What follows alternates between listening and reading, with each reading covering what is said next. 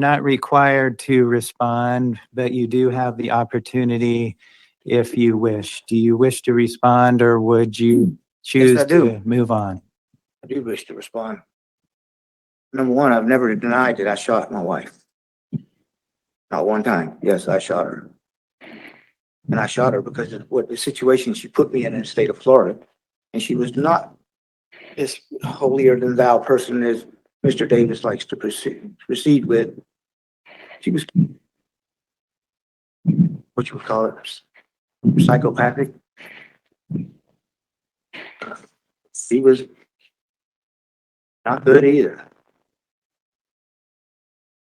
And so-called bruises they went to school with, she gave them to them, not me. We are about to watch our very first Utah parole hearing, and we are going to cover, as his stepson says soon, an evil man, a monster, also a roach.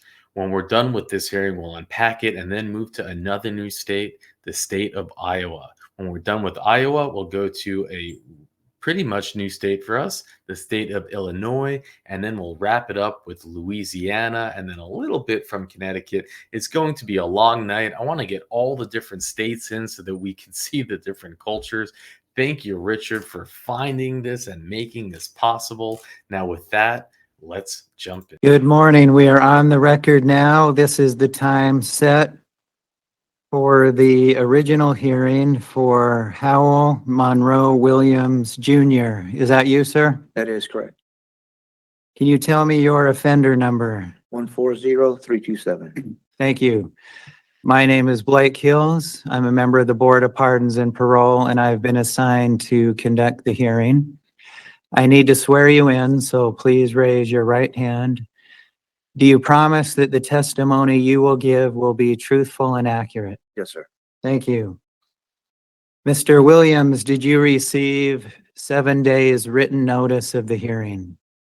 Yes, sir. Did you receive a blue disclosure packet? Yes, sir. Did you review it? Yes, sir. Any questions, concerns, or corrections to bring up about the packet? It's quite a thing. There's a few things in it that are not the way they are supposed to be. Be more specific. In this PSI done by Miss Stephanie Eberl.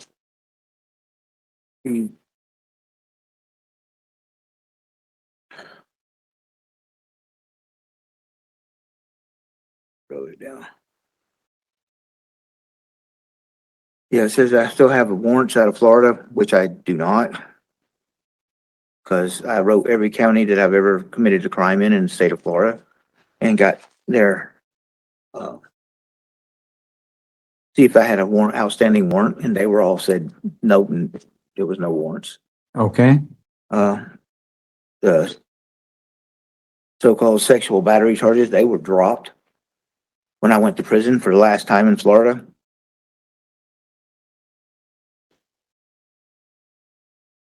What else?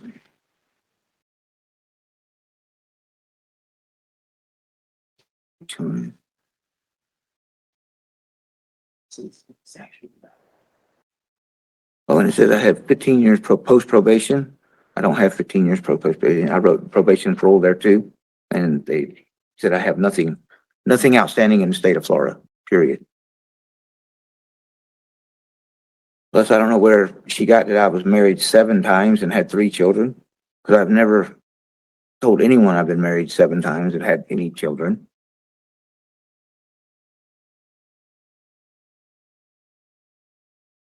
It's just inconsistencies.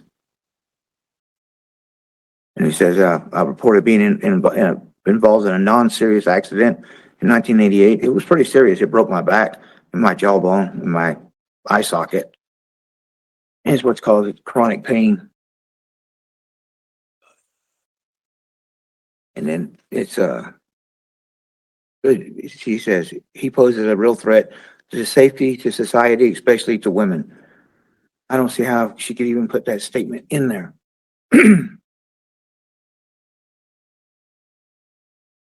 But those were just inconsistencies I could find in it. All right. Appreciate you bringing that up.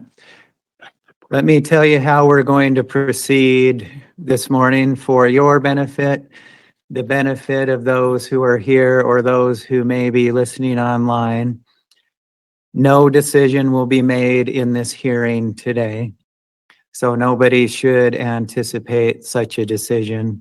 That's something that will happen later.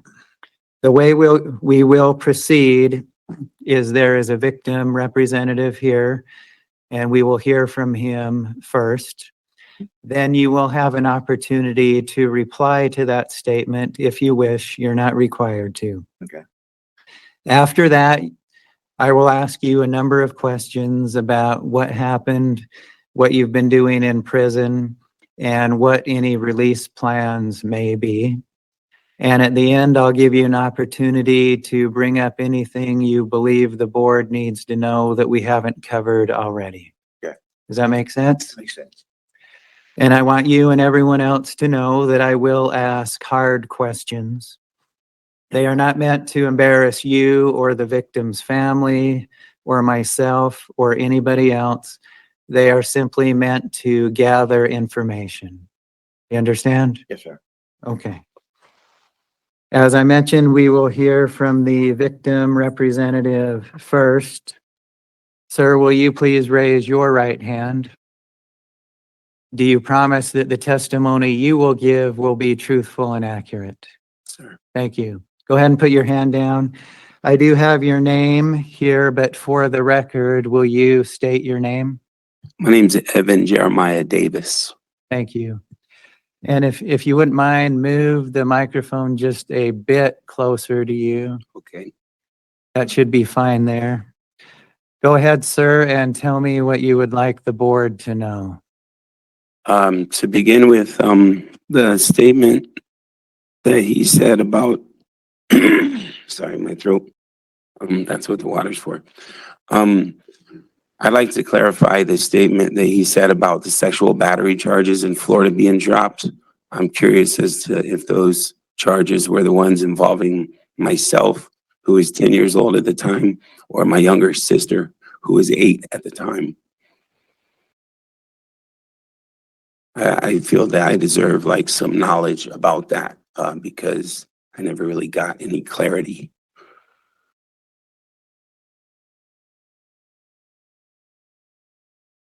Oh, it's just to clear up that. Oh yeah, and then again, one more thing he said about how could they even put in the record that he's a danger to women. I think the record, this newspaper article kind of speaks for itself.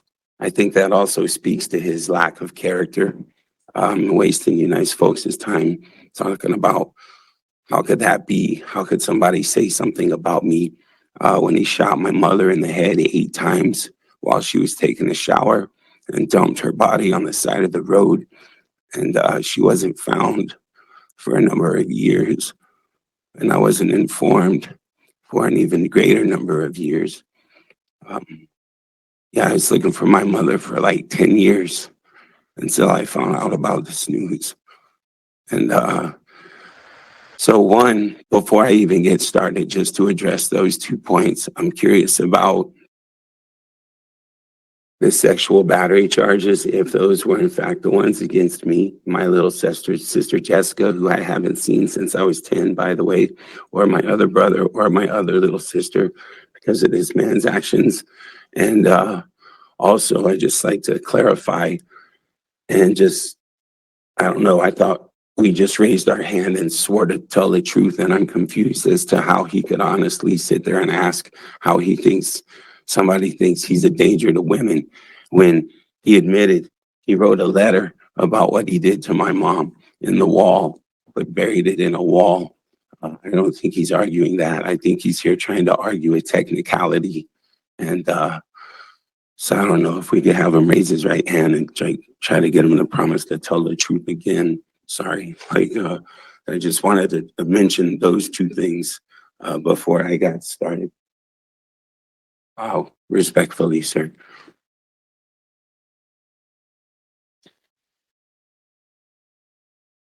Does he get a chance to answer, or is that later? Or So we'll hear from you, and then he will have an opportunity to respond if he wishes. He's not Okay. required to. Okay. It will be up to him.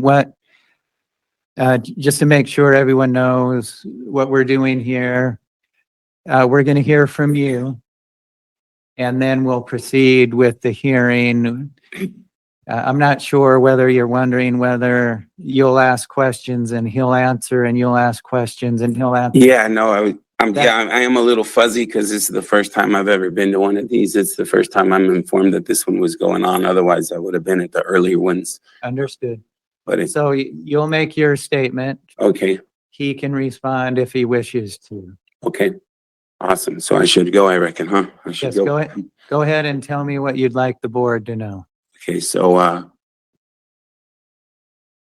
as I was saying earlier, I was looking for my mother. My mother was a wonderful woman, very caring mother, very devoted to her kids. She worked a lot, so much so to the fact that some might have seen it as neglect, because she would work like various jobs, multiple jobs, odd hours. I was capable of watching my younger siblings to a pretty good extent. I was doing a pretty good job till this guy came and started beating everybody up and molesting people. It's at that point that CPS came and separated me, my little sister Jessica, my little sister Jilly, and Andrew. That is why we were taken from my mother, not due to lack of care. We were taken from my mother because this guy started molesting myself, my little sister Jessica. I hope he didn't do it to the twins because Jesus, they were only 5. I was only 10. Jessica was only 8. But that didn't seem to stop them. And the way he treated us, he beat us physically, he abused us emotionally. I saw him do the same thing to my mother. When we would go to school with bruises, that's when they would ask the questions, and that's when the CPS got involved. And that's what led to basically the disintegration of my family.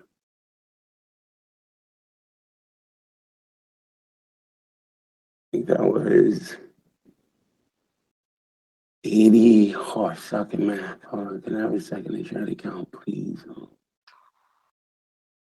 3rd grade? Forget how old that is. Sorry, the numbers are, I got a lot on the brain right now, but I was in the 3rd grade. This began in the 2nd grade. By the 3rd grade, they had seen enough of it, and that's when they came and took us. I haven't been able to find my younger siblings since. I've tried. I've gone to various courthouses in Florida, looking, like trying to find them. I want to make sure that they're okay, alive.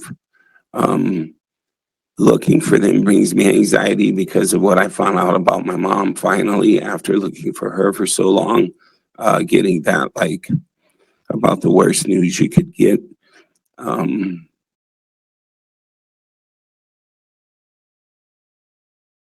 I need a pen. Can I please have a pen? I'm my English teacher. Sorry, man. Thank you.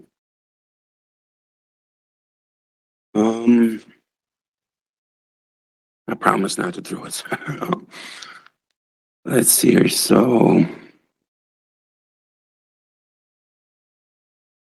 I've had other people try to help me find my little brothers and sisters, to no avail. I hope they're well. I pray that Jessica, I worry most about Jessica because she was 8. I remember everything, like everything. I pray that she doesn't. I hope that her being a couple of years younger would spare her. I really pray that she got off a lot cleaner than I did. After CPS took us, I was sent to live with my father. I lived there till I was like 18. I went off, I joined the Air Force. I was doing a really good job in the Air Force. I got these EPRs over here. They say, man, Airman Davis is a pretty shit hot troop. He knows his stuff. He acts right. He's really well behaved. He's a pretty model airman. I don't know if you would like to look at these, sir. And then well, after I got the news, I pretty much lost my mind. I was still a really good airplane mechanic. I just didn't have my military bearing anymore. And I was working on fighter jets at the time on a flight line.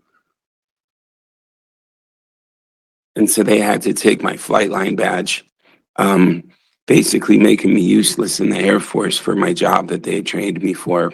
I spent 6 months training to be a jet mechanic. And I really loved what I was doing. I was really proud to serve my country. I did a really good job at it. That's their words, not mine.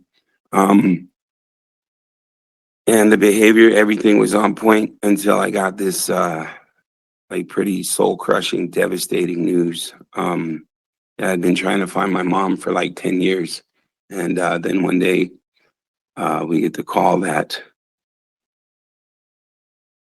this happened. They found my mom nude, partially disturbed by animals, with a ring of bullet holes in her head. That sound familiar?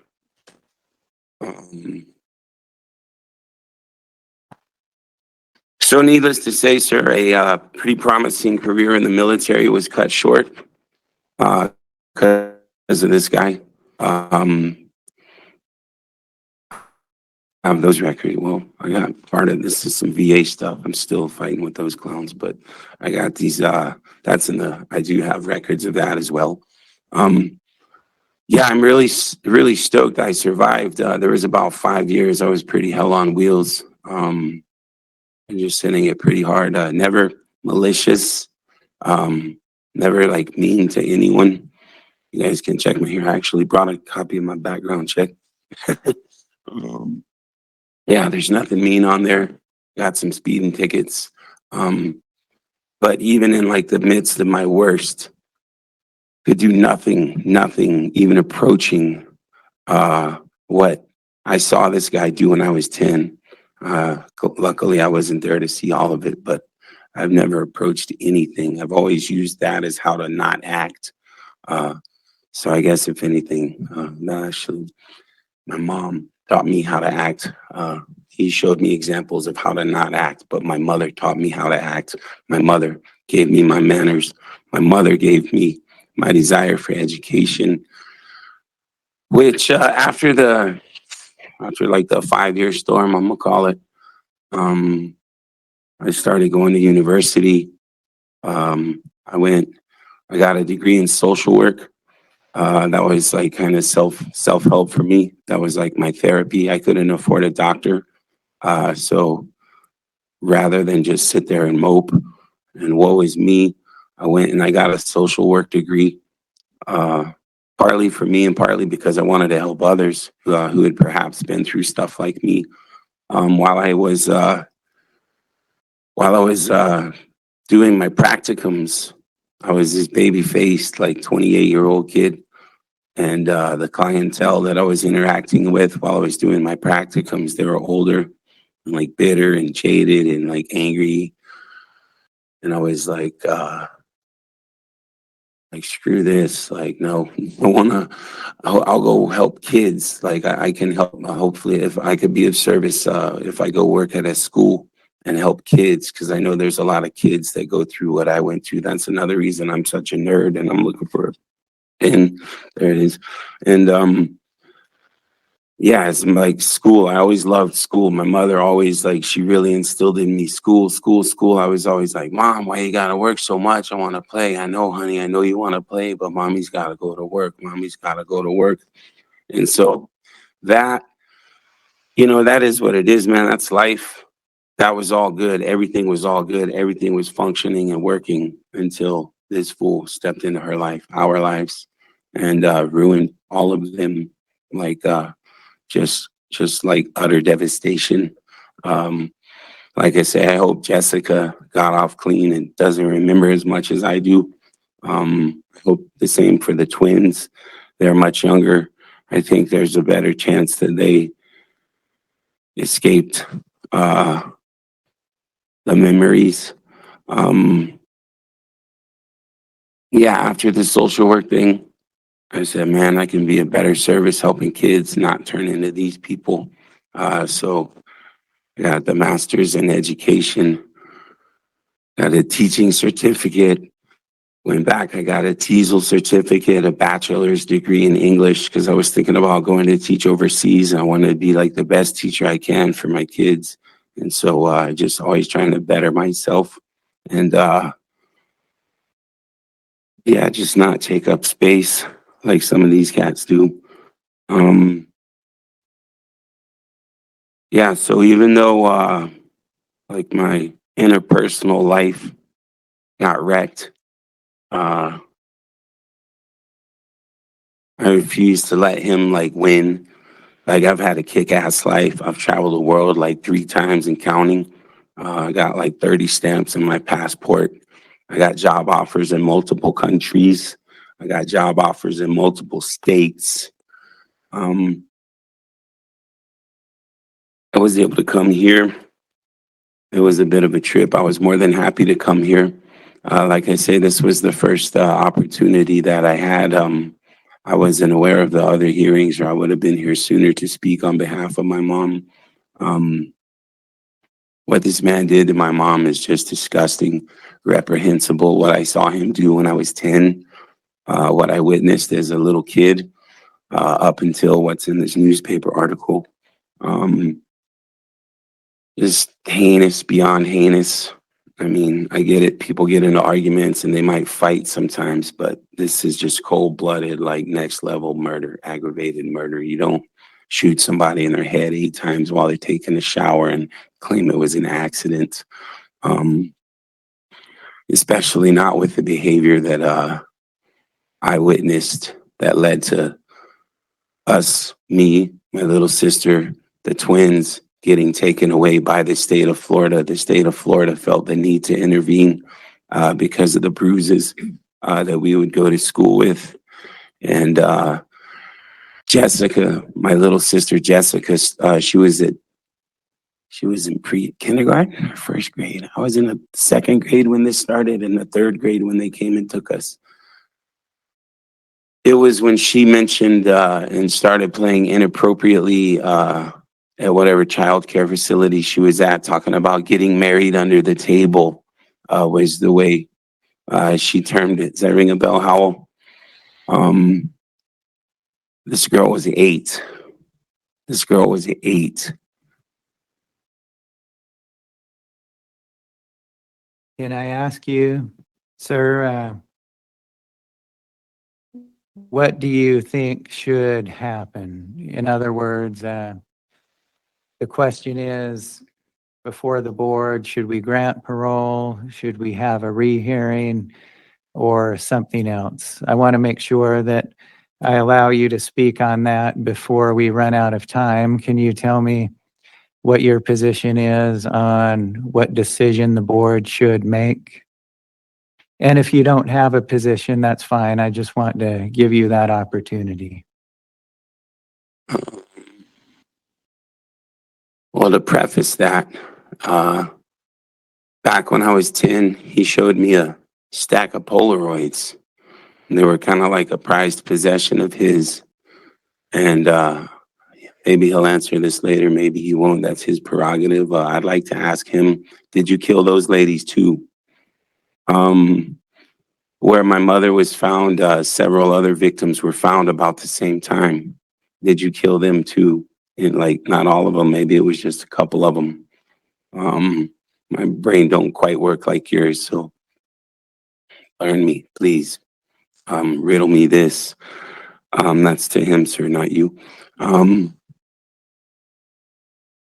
I know what type of character this cat is. He's gonna sing all kinds of songs. He already started his statement with a couple of them, talking about how could they say that I'm a danger to women when he shot my mom in the head 8 times while she was trying to bathe.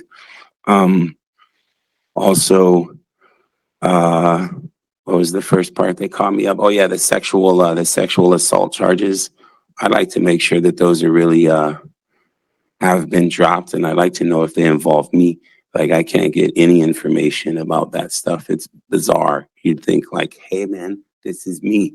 Like, I roll in there with my ID, my passport, multiple forms of identification, and I get stonewalled.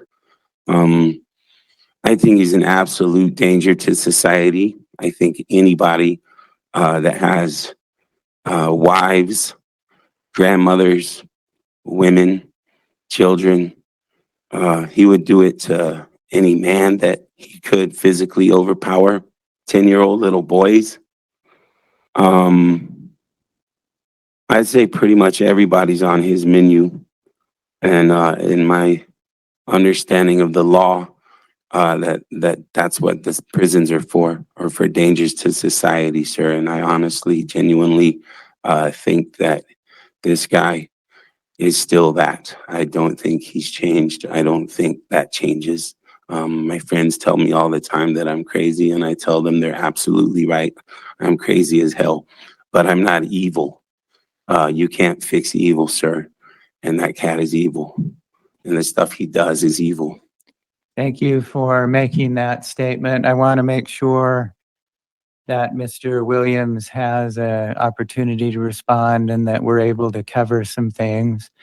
So I want you to know that I really appreciate that statement, and I think it's pretty clear what your position is. Thank you, Mr. Blake. I appreciate you and the board's time. So thank you. You go ahead and remain there.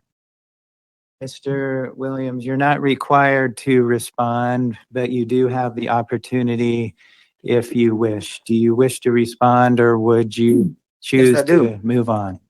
I do wish to respond. Number one, I've never denied that I shot my wife. Not one time. Yes, I shot her. And I shot her because of what the situation she put me in the state of Florida. And she was not as holier than thou person as Mr. Davis likes to proceed with. She was, what you would call it, psychopathic. She was not good either. And so-called bruises they went to school with, she gave them to them, not me. The other thing is, they're living a lie. Maybe he should go ask his brother BJ. I know what happened there, and she coached him into saying it, and it put me in a situation, and I ran. Then when I found out what she did in the state of Utah, I shot her. I've never denied that. So, I'm not, he can have his statement. I don't care.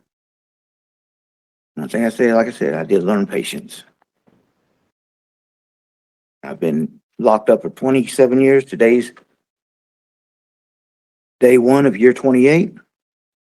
Whether I spend it in prison or spend it on the streets, that's up to the board.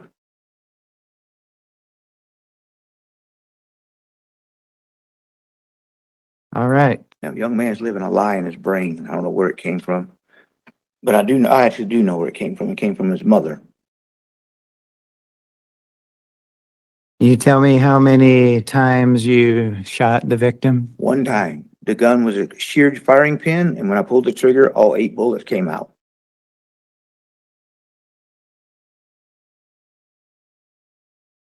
Is your position that this was a justified incident? It was not justified. I was young and reckless and not living my life correctly.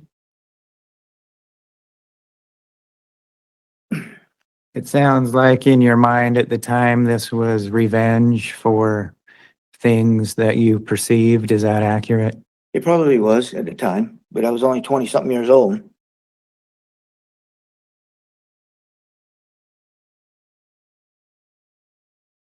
And in your recollection, how much time went by before you were charged?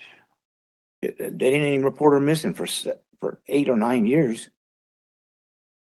And, Her own mother didn't even report her missing. okay, during those 8 or 9 years, did you think of coming clean or reporting this to anyone? Absolutely not. I had survival instincts. You what? But I Survival? have survival instincts. Every human does.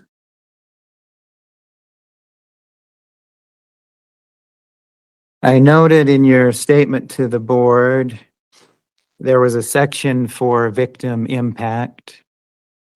And you wrote N/A, so in other words, not applicable.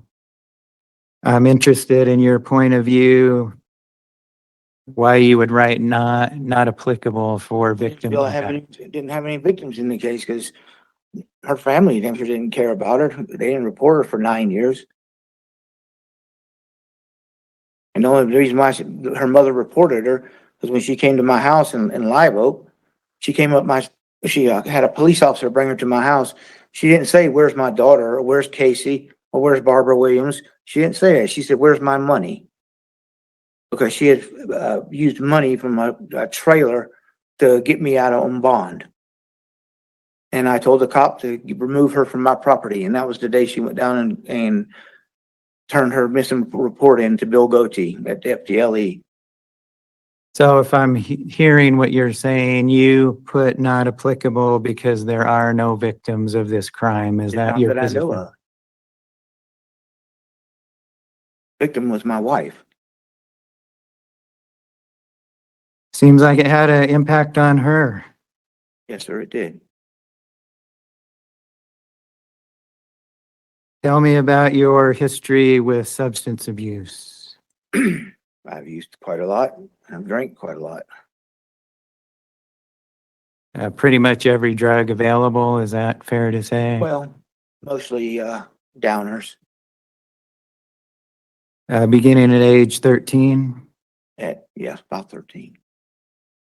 Did the drug use help, hurt, or have no impact on your life? No, it hurt my life. Tell me how. Well, you do drugs, you don't go to work, and then you steal and do other shit to try and acquire the drugs. Led you to a life of crime, is that what you're indicating? It was a crime because of drugs.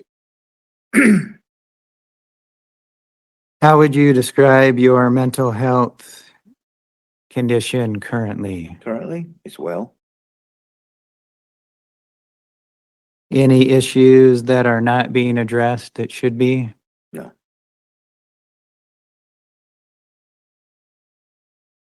Is there anything the board needs to know about your physical health? Only that I had a bacteria in my spine that started eating my sciatic nerve. And my right leg and hip are very painful.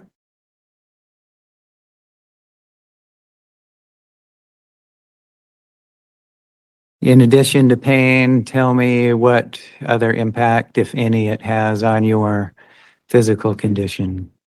As in work or Here's the question. Is there anything about your physical condition that would impact your ability to work or go to treatment? no.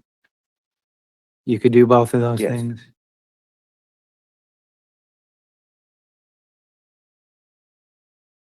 You're in a wheelchair today. Yes, sir. Is that a constant situation or temporary or? Temporary. Till my sciatic nerve starts healing itself. What is the prognosis? It was a strep bacteria that went to my spine. And now I got a PICC line in my arm that I take antibiotics every day for. Till June the 7th. Have you participated in any treatment? And I've been day-night drug treatment. I did AA, I did NA, I did practically every class and thing you can do in prison, especially while I was in the state of Florida. What about here? Any treatment programs that come to mind as being useful? Participated in any treatment programs here. Can you tell me why not? Because I really, at the time, didn't feel that they were necessary.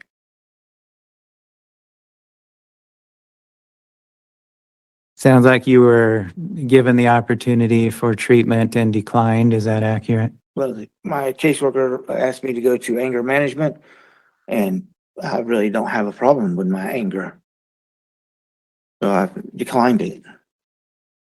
That was the only one she recommended in 15 years of her being my caseworker.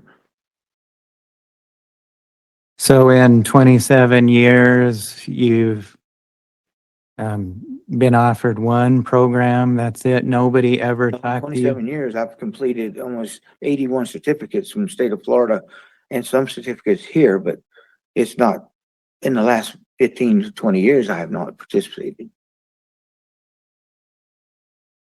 And I want to make sure I'm not misunderstanding. Okay. You've declined treatment because it's simply not necessary. I declined anger management because I don't feel I have a problem with anger.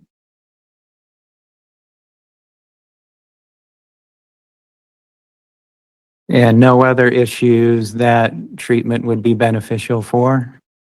No, sir. I mean, I could probably use drug treatment or go back to AA again. I know alcohol's a bad problem of mine. If I start drinking, I fail.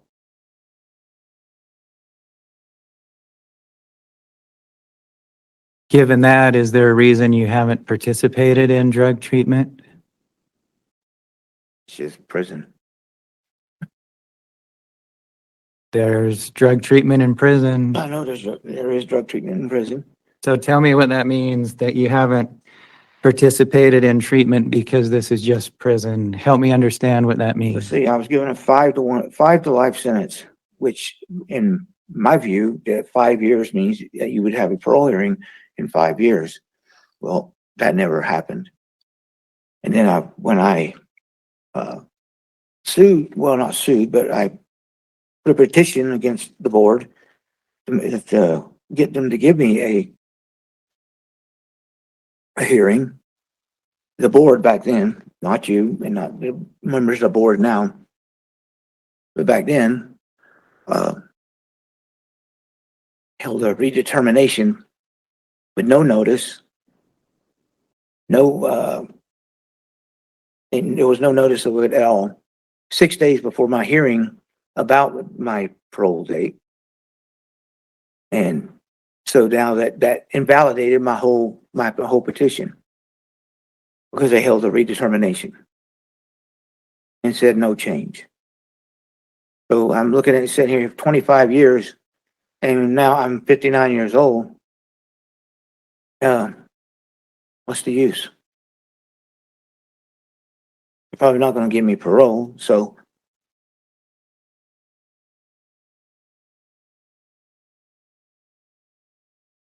there are all these people that are misled about what really happened in life. Meaning what? I mean, all this BS about this sexual battery crap. What does that have to do with declining drug treatment? I'm going to be in prison for the rest of my life.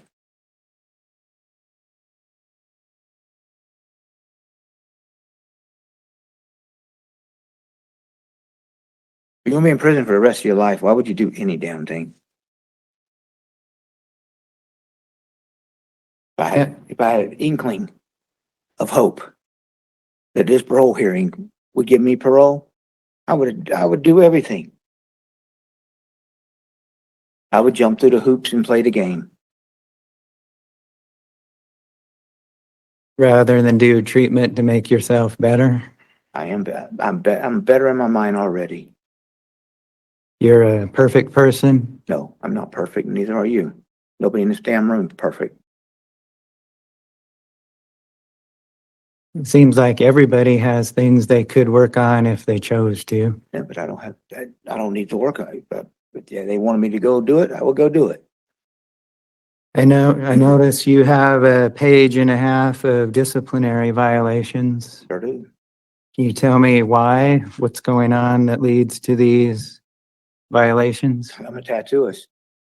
I do tattoos. It's how I make my money. I don't do it anymore I retired like 3 years ago. Too many surgeries on my hands. A number of them were for intoxication, controlled substance use. Is that Alcohol. related? Alcohol, like I said, it's a downfall for me. Okay. So those ones aren't related to tattooing.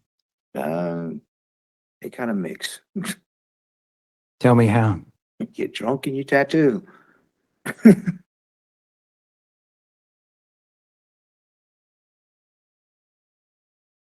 People want a tattoo from a drunk person? I'm at my best. Matter of fact, I noted that you have a disciplinary violation from less than a month ago and 3 in the last year. I'm curious, how do you think that looks to the people in the prison or the board or anybody else? Well, like I said, I didn't ever expect to be here in a parole hearing at all. Meaning you just don't care one way or the other? Sometimes I don't. I mean, if I get out, I'm not gonna drink out there. But I already have people out there that have tattoo equipment and inks and all that and ready for me to go back to work. So to be clear, are you requesting parole or is your position you couldn't care one way or the other? I would like to have parole. Yes, I would. Where would you live? I would have to live in Salt Lake first. At a halfway house.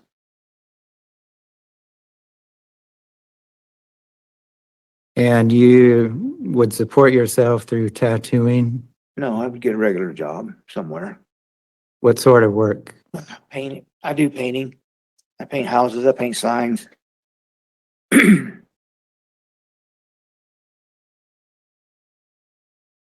Any thought of participating in treatment at that point? I would do in-house treatment or out treatment, What sort of treatment? mainly drug and alcohol. My vices.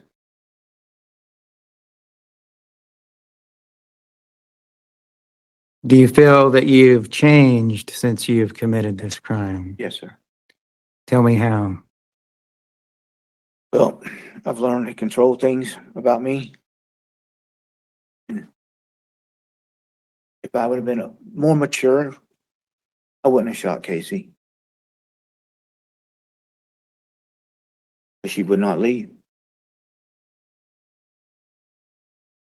She just tracked me down over and over and over again. You've been pretty clear that you blame the victim for this incident. Absolutely do not. I don't think that's a question here. No, I don't blame the victim. I blame me. All right. And what would you have done differently then? I would have had to run like hell, but I would have done it differently. It wouldn't have ended in a homicide. Is there anything else the board needs to know in making this decision? Not sure I have anything else to add. This is your opportunity. Nothing more to say? What is there to say? What? What is there to say? I mean, It's up to you, not me. no. All right. I'd like an opportunity, but if it doesn't come, then just this is my fate. Out of curiosity, do you believe that you'll get parole if you continue to commit one disciplinary violation after another? I know. Huh? Not at all. Seems the chances are less than 0. Chances are less than 0. So let me ask you, what is your intention? To start following the rules or continue violating because that's just what If you there's a do? possibility of parole, I would stop violating the rules and get a handle on myself even more. So it would be a give and take, it sounds like, if If you're promised parole, you'll behave, but if there are no promises, you I'm won't. not gonna, we're not gonna follow that. But if you promise parole, because that's invalid. It's, if I was to, had hope of getting parole, yes, I would do better. But I really didn't, I never have had hope of getting parole. Hell, I got people writing here that I'm a threat to society and everything else.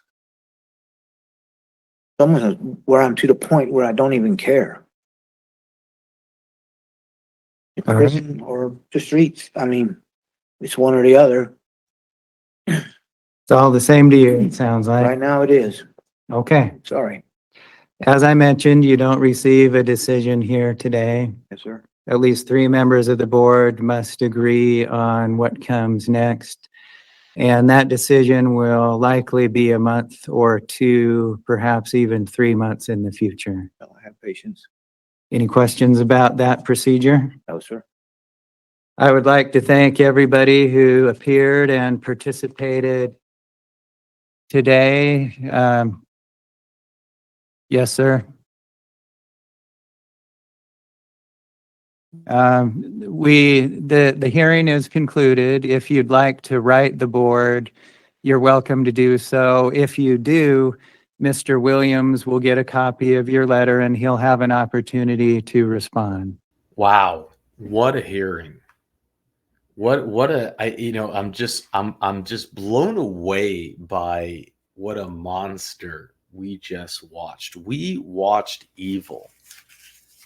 We did. As the survivor stated, he said, my friends might call me crazy, and I am crazy, but I'm not evil. That cat is evil, and he is evil. And not just that, but thank you, Richard, for. We'll get into thanking Richard soon. We have a lot to thank him about as usual, but he was suspected of being a serial killer. Is serial killer stalking hookers in Great Basin? And I am not alluding for any moment that his mother, who is third to the right here, was a hooker. There's no information that would state that. It's just that her body was found in the same area with these other women who were. Okay. So I just want to make that very clear. And it's a newspaper. I'll put the links in the description, but basically they're looking for a serial killer and his name is not mentioned because they, of course, did not yet know who was responsible for all of these killings. And this was March 20th, 1994. Now we have no reason, no proof to believe it, but that's what the victim was referring to when talking about if there are other victims. We also have information, I'll just bring it up right now because I think it might be on a lot of our minds, which is when the victim said, was he not guilty of those sexual assault crimes? I know that I was the victim. I come in with my license and Richard found it. And guess what?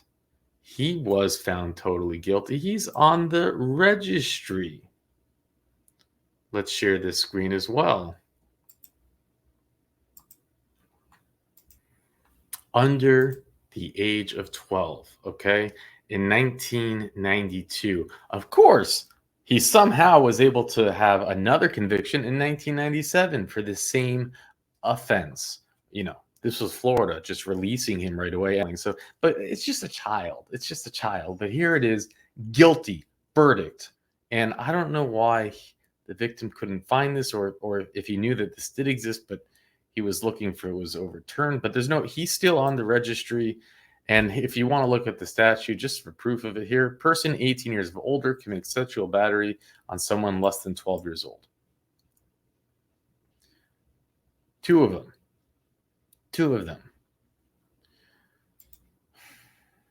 Thank you, Richard, for making sure that we saw this. Now,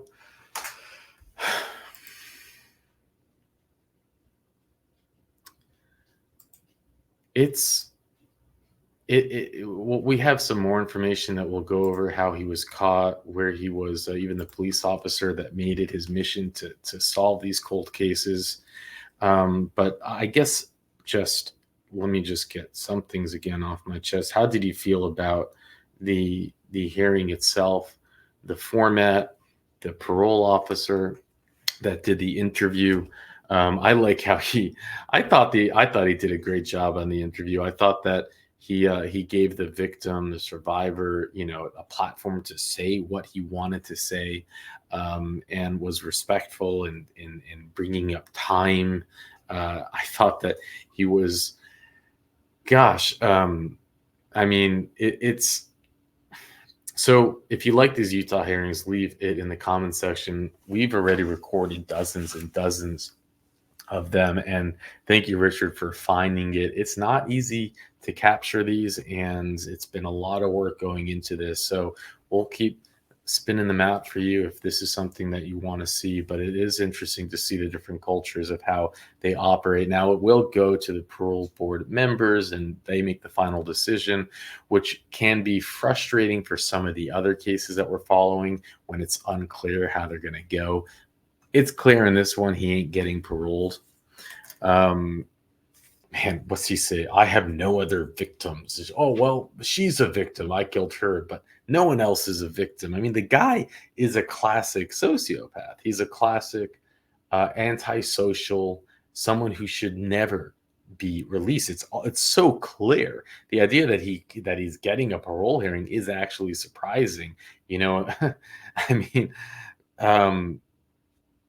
he starts off with saying everything, how the interviewer is wrong. Isn't that interesting? The interviewer only gets information from him, what he shared with her. And then he shows up saying, well, this is wrong. That's wrong. I never abused women. I don't know what she's talking about. I've never done anything. This is all wrong. And it's like, shut up, cockroach.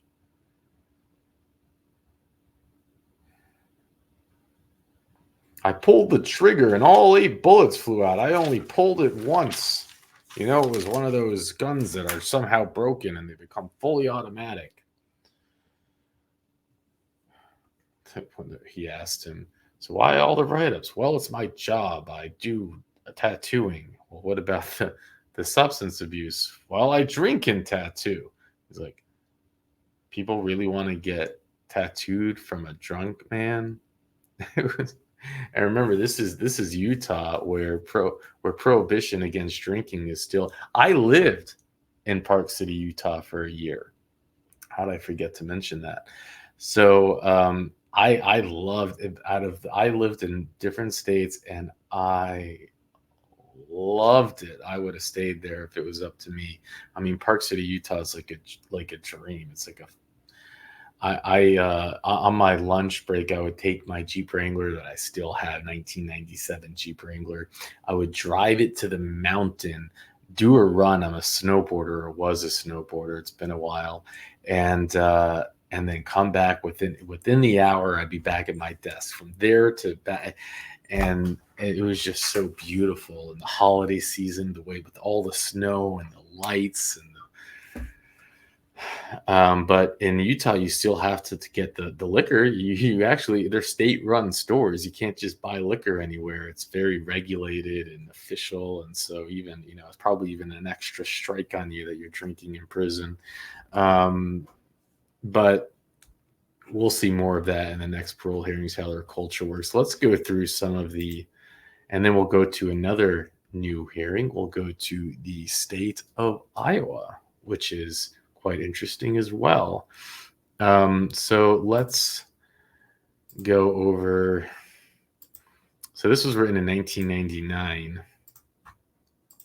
So he was extradited to Utah last week after it's Joab, right? Joab County Sheriff's Office. I've heard it mentioned so many times, and this is the Petito case too, right? Is that where it happened?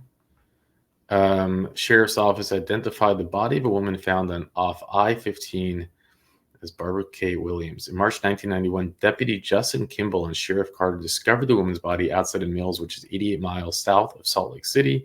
Williams had apparently died of a gunshot wound. but her body was not identified until recently after policemen in Florida entered information about a missing woman into their National Crime Information Center. So the police officer in Florida put as the missing woman.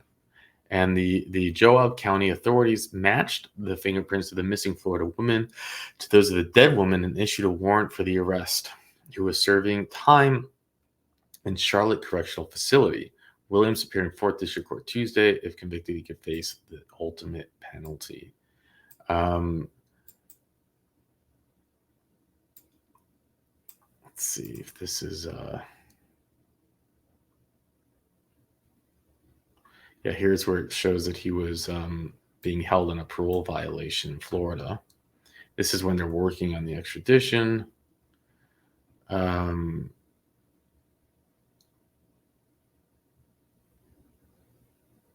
This case has really bothered me for the last 8 years, said Carter. I have made periodic attempts to find out who she might be, and I felt uneasy not knowing why no one seemed to miss her. That's amazing that they cared, that much.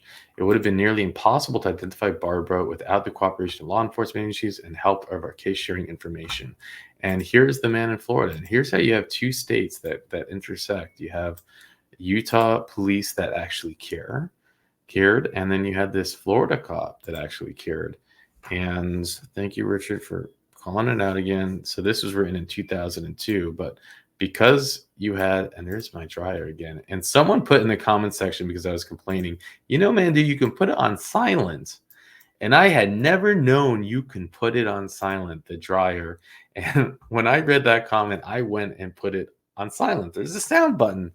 And you changed my life.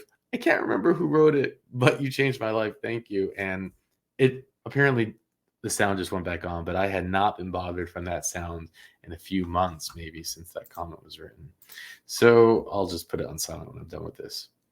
Now, they're talking about this kind of like superhero, awesome police officer, and they go through a whole article about him. And then at the bottom, they talk about a specific case that was important in his life. 2 memorable cases. So Goody's case is still unsolved murder with almost no clues. At 8:30 a.m. December 4th, 1999, record driver Eugene Parnell, 24, went out on a call that had a call box interested. 40 minutes later, passing drivers report. Okay, no, that's this one. Whoops. Here's the case. That was one. The first case. This is the second. The case Goodsey is most proud of took nearly 10 years and thousands of miles to solve. Barbara Williams was reported missing by her mother, a Columbia County woman, in 1990, working with Columbia County Sheriff Sergeant Randy Robert Goethe. So again, here's another lie that we call out. His mother didn't even report him missing. No. She reported her missing in 1990. So, not that we need proof that he's a liar, because he's a clear liar.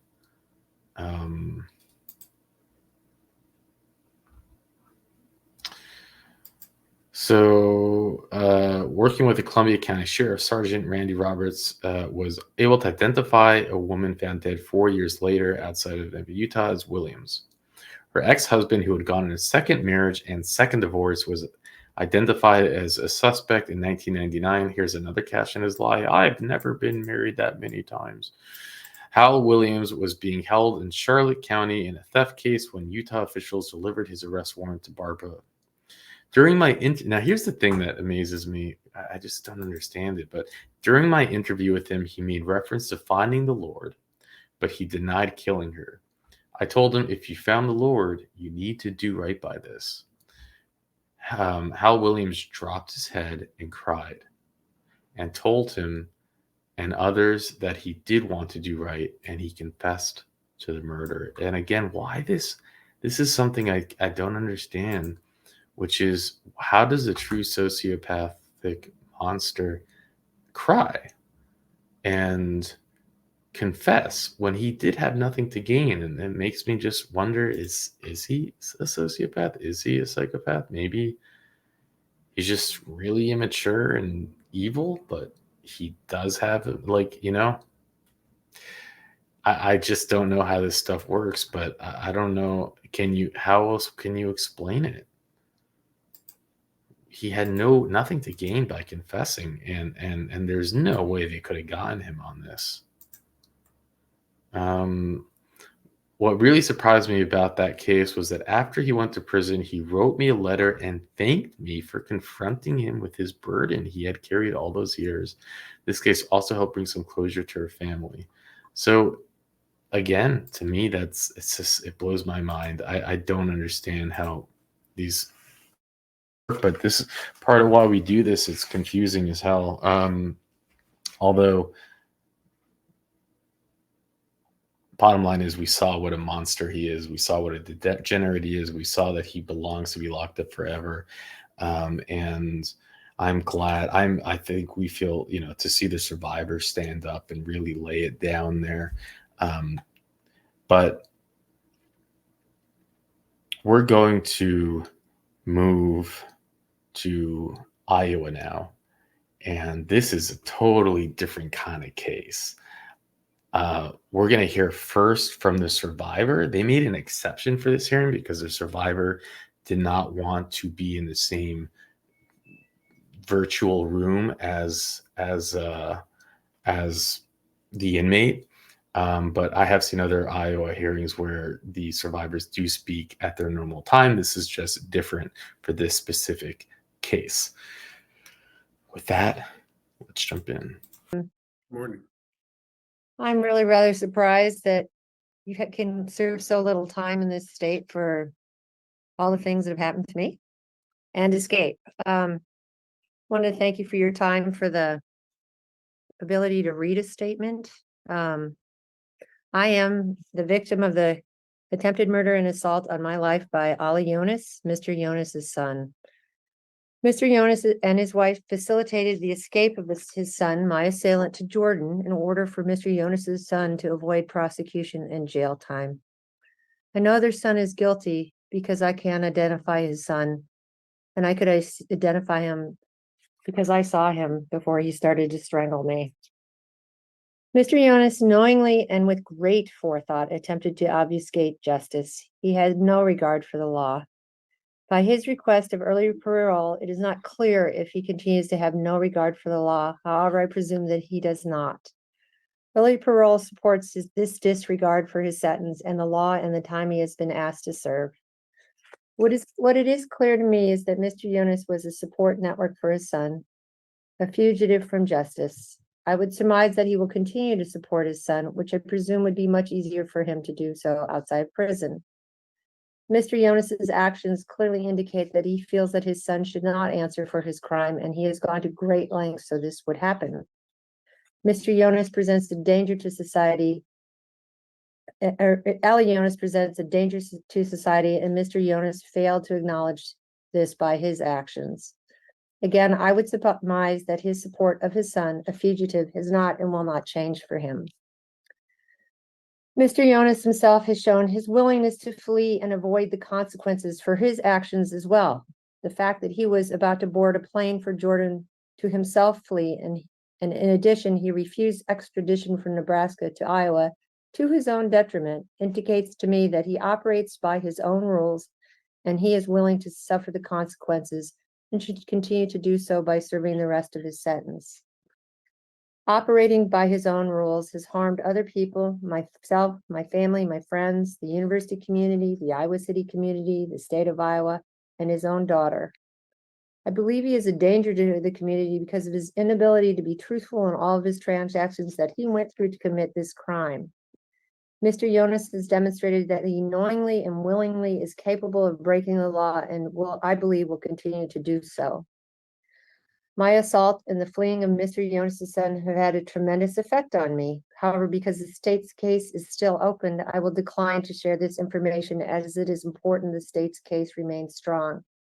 The things that I can share that bother me greatly are: 1, I cannot thank the 2 women who came to my aid, as well as any of the emergency personnel and hospital personnel, because it is, once again, important that all testimony remains untainted should Ali Yonis return to this country for trial either voluntarily or by extradition.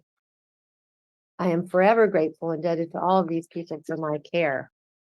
2, the long-term effects of strangulation and the lack of oxygen to the brain have the potential to have catastrophic effects on my cognitive functions as I age. This is an unknown that I must live with and worries me tremendously and is of great concern to my family as well. I believe the complicit nature of Mr. Jonas's actions in order to facilitate his son's fleeing and his inability to take responsibility for his actions indicate that he will continue to disregard the law or the terms of parole set by the board. Mr. Jonas is a danger and should continue to serve out his full sentence. I ask that the parole board deny Mr. Jonas's request for early release from his prison terms. Again, I think that he has shown disregard for rules, not just in my case, but throughout his lifetime. I don't see that changing. I think extra time or the full time served, I would hope would at least make an impression that maybe the rules do apply to him and his family. Thank you for your statement. I really appreciate that. I think now at this time that if there's nothing else that you would like to say, we'll put you back down to panelists. Perfect. Thank you. Bye-bye. Thank you.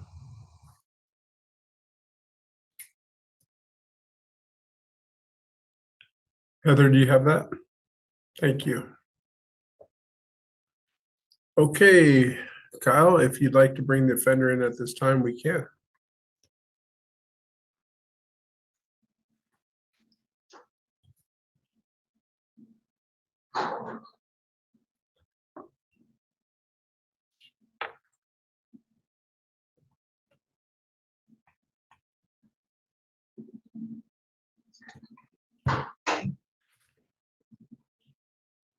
Hello, please state your full name and your state number. ALFRED Ali Muhammad Yunus 6881067. Thank you, Mr. Yunus. I'd like to kind of explain to you the process of this hearing or this interview, please. So first of all, I'd like to inform you that this is a public forum that people in the public can listen to us right now. People in the media can listen as well, but no, they cannot participate. With that being said, we may discuss confidential information such as your mental health history, medical information, or your treatment history, if there's any. Do you understand this, and are you willing to proceed with this interview? Yes, sir. Thank you. Also, at the beginning, when we get started here, I'm going to ask you to describe your crime in detail, what happened on that day that brought you to prison. After that, myself and my colleagues would like to have a few questions to answer. And please be detailed in your answers as well as we ask these questions. When we're all done answering these questions, we'll go into deliberation, meaning we're going to talk about what's happened, what's going to happen, what our decision will be. When we go into deliberation, you'll be able to listen and hear, but not participate. Then I'll come back to you with our answer and explain what it all means. Okay? Before we get started, I'd like to introduce my colleagues, Susie Wynot and Meredith Lamberti, just so you know they're on the other screens. So at this time, I would like you to tell me, please, what was going on that day of the incident, the crime, what was going on in your life, and explain to me the crime. Yes, the crime happened because I have a kid. He used to be in medical school, University of Iowa. His name is Ali Yunus. We bring that kid back home, and what happened there that he said I didn't do anything. Bring him back home. He sat with us 11 months. Then DNA came back, and he said that okay, that the DNA came back from the lab and said there is no DNA match on him and her. Say still I'm doing, won't do it. As a parent, on the heat of the moment, the kid I have, I misjudged things and I did things in the wrong way. And I forget that we can take justice in our hand. The problem there, I used to be a high school teacher. And I don't know how a person like me, educated, did go to have a college degree, did misjudge things, how we did things like that. I sit here, it's almost like a year since I've been in jail and the prison. And I keep thinking, why I decided to take justice into my hand. Why I always there is judge God in the judgment day, and there is law system on earth. We can't be like animals, like the wood, the strong one beat the weak one and do whatever we want. We leave it to the justice system. That's when they decide. So I apologize. I'm really sincerely, like from my inside. And the best apology is to change our behavior. How the way we think about things. How we did look about things. And I wish I can take time back again. I wish I can go back. I wish I won't did what happened there. Look what happened. I'm here. My wife in prison. My daughter in with her principal of South Bryan School. I lost everything. Was it worth it? No.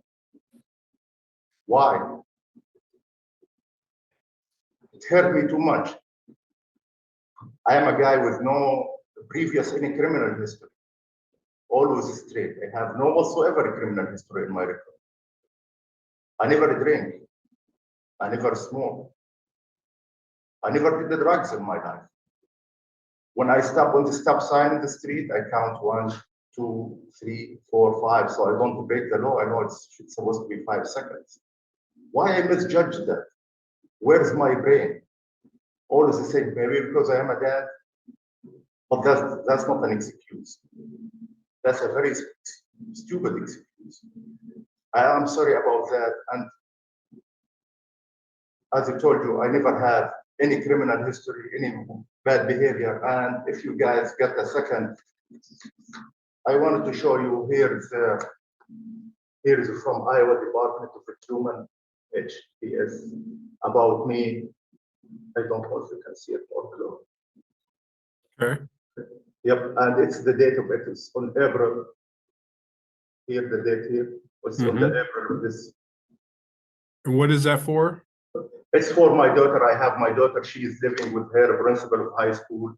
They talk about me and my wife. This is a government report, and they say there is no drugs, no alcohol, no whatsoever, no abuse, no violence in the Yunus family. We have no history of anything. I never smoked in my life. I never tried drugs. I never did anything wrong. I did this mistake at the heat of the moment, and this is a report from them. They prove all of that. I never did anything. Right. And here they say, if you let me just read so quick, there is no any kind of violence here. And here they say there is no include alcohol or illegal drugs here in my life. I appreciate that. We'll take that into consideration. Thank you. And they say here, me and my wife and my family have very strong bond together and very hygienic relations together, so we don't have any issue. This is from them. This is on April, like a month from today. Okay. Why I did what I did? Heat of the never thinking. I wish I can take time back again.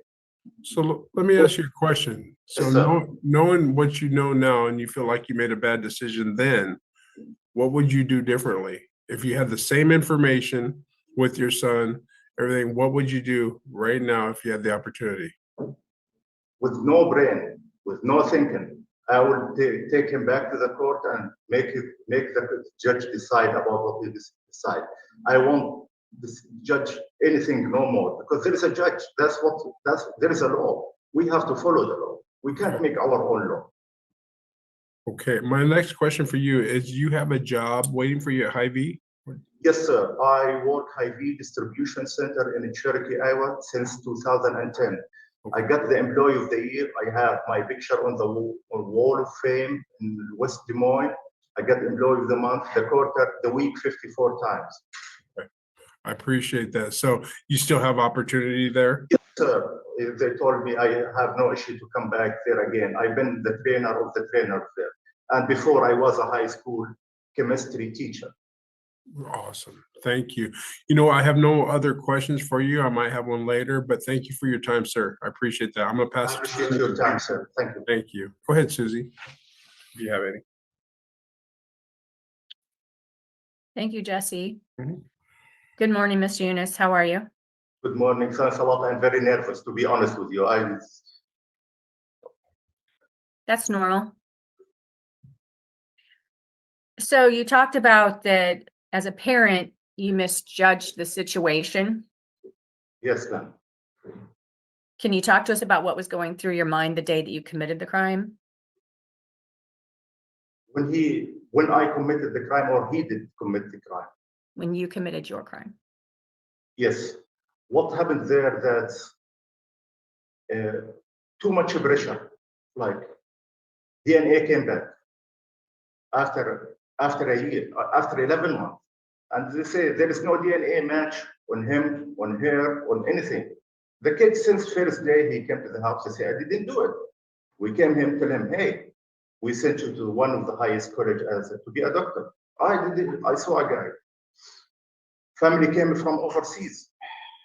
The tribe, my mother-in-law, make over pressure. Talk to the lawyer. He say, okay, we take him to the court. And I think they offer him 2.5 years instead of 50 years. Or they will box them on the top of each other and it will be 50 years. My mother-in-law said, no, it's the only boy you have. What you thinking?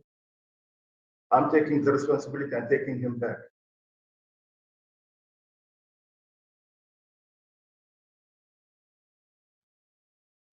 I don't know how I've been led. It's like a trap. Pressure from family overseas to the kid. Pressure from my emotions as a dad. You understand? The kid, all of my hope. I left my job working for the government as a teacher to be working, to come back here to the United States to do that so they get higher kind of education. It's wrong, completely wrong. And again, I will tell you, I wish I can take that time back again. I wish I can reverse things back again. Every night I'm dreaming about that. I have that machine. Can take the time back again. So I will stop there on the 6th of May. On the 6th of May. And I will tell no. No. You have a court after 3 weeks. You go to court. You don't do nothing. I believe you don't do nothing. I will be by your side, Dad. Don't run away. If you face a trouble, if you face a problem, the worst thing to do to run away, just face it. Face your fear. If that's what you didn't do anything, tell them I didn't do anything. Stand in front of the judge. There is no camera, there is no eyewitness, your word against her word. You didn't do it, God will be with you, and evidence. Why I just did that? Okay, thank you for sharing. I'm sorry, go ahead. It's just a stupidity. I don't know. I wish, as I told you, I wish I did not do that. I heard that. Thank you for sharing. Thank you for answering my question. I don't have anything else. Thank you, Jesse. Thank you, Susie. Go ahead, Meredith, if you have any. I just have a couple of questions. Do you know where your son is now? I think he's in Jordan, and the worst, what his mom don't know, that he ran away from here. He ran from the small fire to the biggest fire. So he did go to the court there. Even if they don't bring him here, he will go to the court there. And you know how a third world country prison will be. I wish he came here. I don't know how to apologize for him now about what I did for him. Why I let him go. I wish I can take him back. The heat and the pain inside myself, unbelievable. Unbelievable. Why I did that for my family. Do you have family in Jordan still? I have a brother. He's a doctor. I have 3 sisters. They are living there, and I have another brother. He passed away while I am here. I didn't attend to his funeral. He used to be a lawyer. Have they had any contact with your son? I have no idea. No, I'm here from over more than a year, and I never contact with nobody. You can see from my phone calls. I never called nobody. I have no idea about what's going on there. I have no contact with nobody. Okay, that's fair. Do you have any plans to try to contact your son or try to I contact don't- your family? What my plan now, all I'm thinking about, I wanted to get out and save what I can save. My house, my daughter, she's with her principal of South O'Brien School. My wife, I don't know how our relation will be together. Get back to my job, to contact with my son. He's my son. I would be lie to you if anyone can say that he would want to step, but not in the future. Not in the future. I cannot see now. Not in the future. I cannot see now, and I don't think I can contact him. I don't know where he is at exactly for sure. I do have no clue, no information about him since the 6th of May, 9th of May of last year, the day I've been arrested. So it's like more than a year. I have no idea. I have no idea even whom to ask or what to do when I get out. Or I'm thinking about now to get out, to start working, to pay my bills, to build my life back again. Your son, how old was he when he came to the US? When he came to the United States or had been arrested, I'm sorry, ma'am. When he When he came to the US? He was 12, Okay, and he was one of the most highest kids in his ACT in Iowa. And he got a lot of free rides to pre-medical school, University of Iowa. That's what I'm talking about, the heat of the moment. When the principal of South O'Brien School, where is my daughter now? She told me, I can't believe, no one in the community believe what's going on. How a kid like that turned to be this way. I told her, I have no idea. I have no idea. Well, thank you. all right. Have you had any contact with your daughter since you've been in prison? Yes, ma'am. I always contact with her on weekly basis. I call her, find out how's her school doing, how's life going with her, ask her to go check on the house, check water, check the electric, the heat, stuff like that. Is she in her senior year now? Yes. I think those were all the questions that I had for you. Thank you. Thank you, Meredith. Susie, did you have any follow-up before I go on? I do not, thank you. Oh, okay, thank you. All right, Mr. Jonas, is there anything that you would like the board to know before we go into deliberation or anything that you prepared? No, I will leave everything for you guys. I will leave everything for you guys, and I'm sorry for everything. I have nothing else to say. All right, thank you. I appreciate that. Okay, at this time, sir, we're gonna go into deliberation. That means we're gonna talk about what we're gonna do. You're just to sit back and listen, not participate. When we're completed with this, I will come back to you, tell you what our decision is and explain our decision, okay? Yeah. All right, thank you. Colleagues, thoughts? Meredith? Sure, I can start.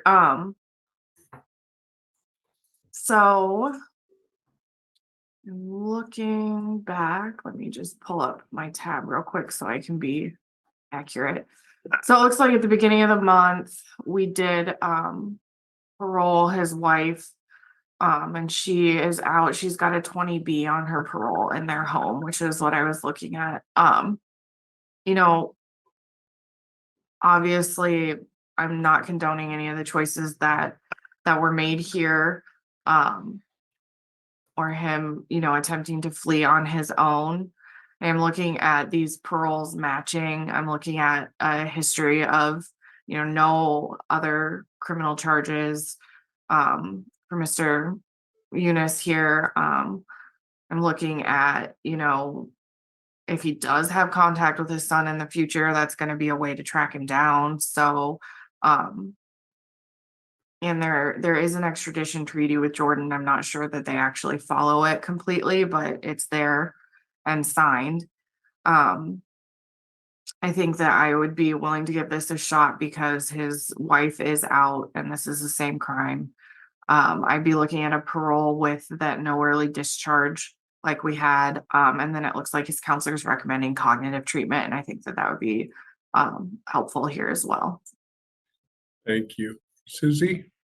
Yeah, I'm going to agree with the department's recommendation. I'm looking at his TDD date, and I'm just thinking in consideration of the crime that's been committed, I'd like to see him on some street supervision and in constant contact with a parole officer so we can ensure that he serves out the sentence and doesn't, that he stays where he's supposed to be as well, I guess is how I would say that. So I would agree with the PGD3, the cognitive, and absolutely the 20B. Thank you.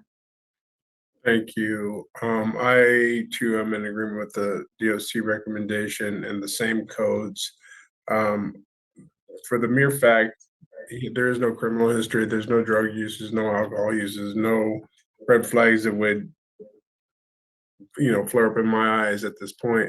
So I am also in agreement. So Mr. Yunus, you heard us deliberate for our reasons. We are going to grant you parole today. We put a couple conditions on there. It's a PGD3, meaning you're parole into your home. With the 20B, meaning you're going to go to your discharge date. You will not be done until your discharge date, okay? The 40A is a treatment. We'd like to get you into some kind of cognitive, which your PO will explain to you better, what he wants you to get in. And other than that, I wish you well. Hope you learn from your mistakes. Hope to never see you again in the positive manner. And I'm sorry, you will never see me in my life. Like, I'm a guy, I did what I did. And thank you. You're welcome. You're welcome. Okay, that'll terminate this interview. Thank you. Thank you, sir. Have a wonderful day. Have a good day. You as well.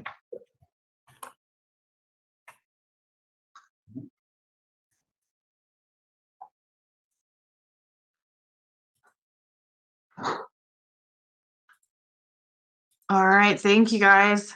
Thank you. Why don't we take a break and meet up on case reviews at 11? 11, okay. All right. Thanks, Kyle. Thank you all. Have a great day. You too.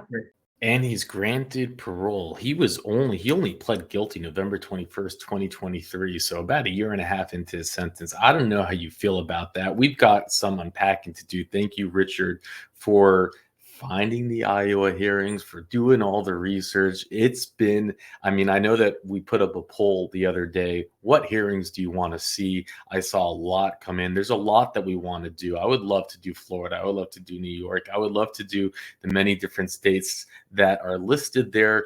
We're going to bring to you the states that we can find. If we don't bring you the other states requested, it's because we couldn't gain access, but we do have more coming.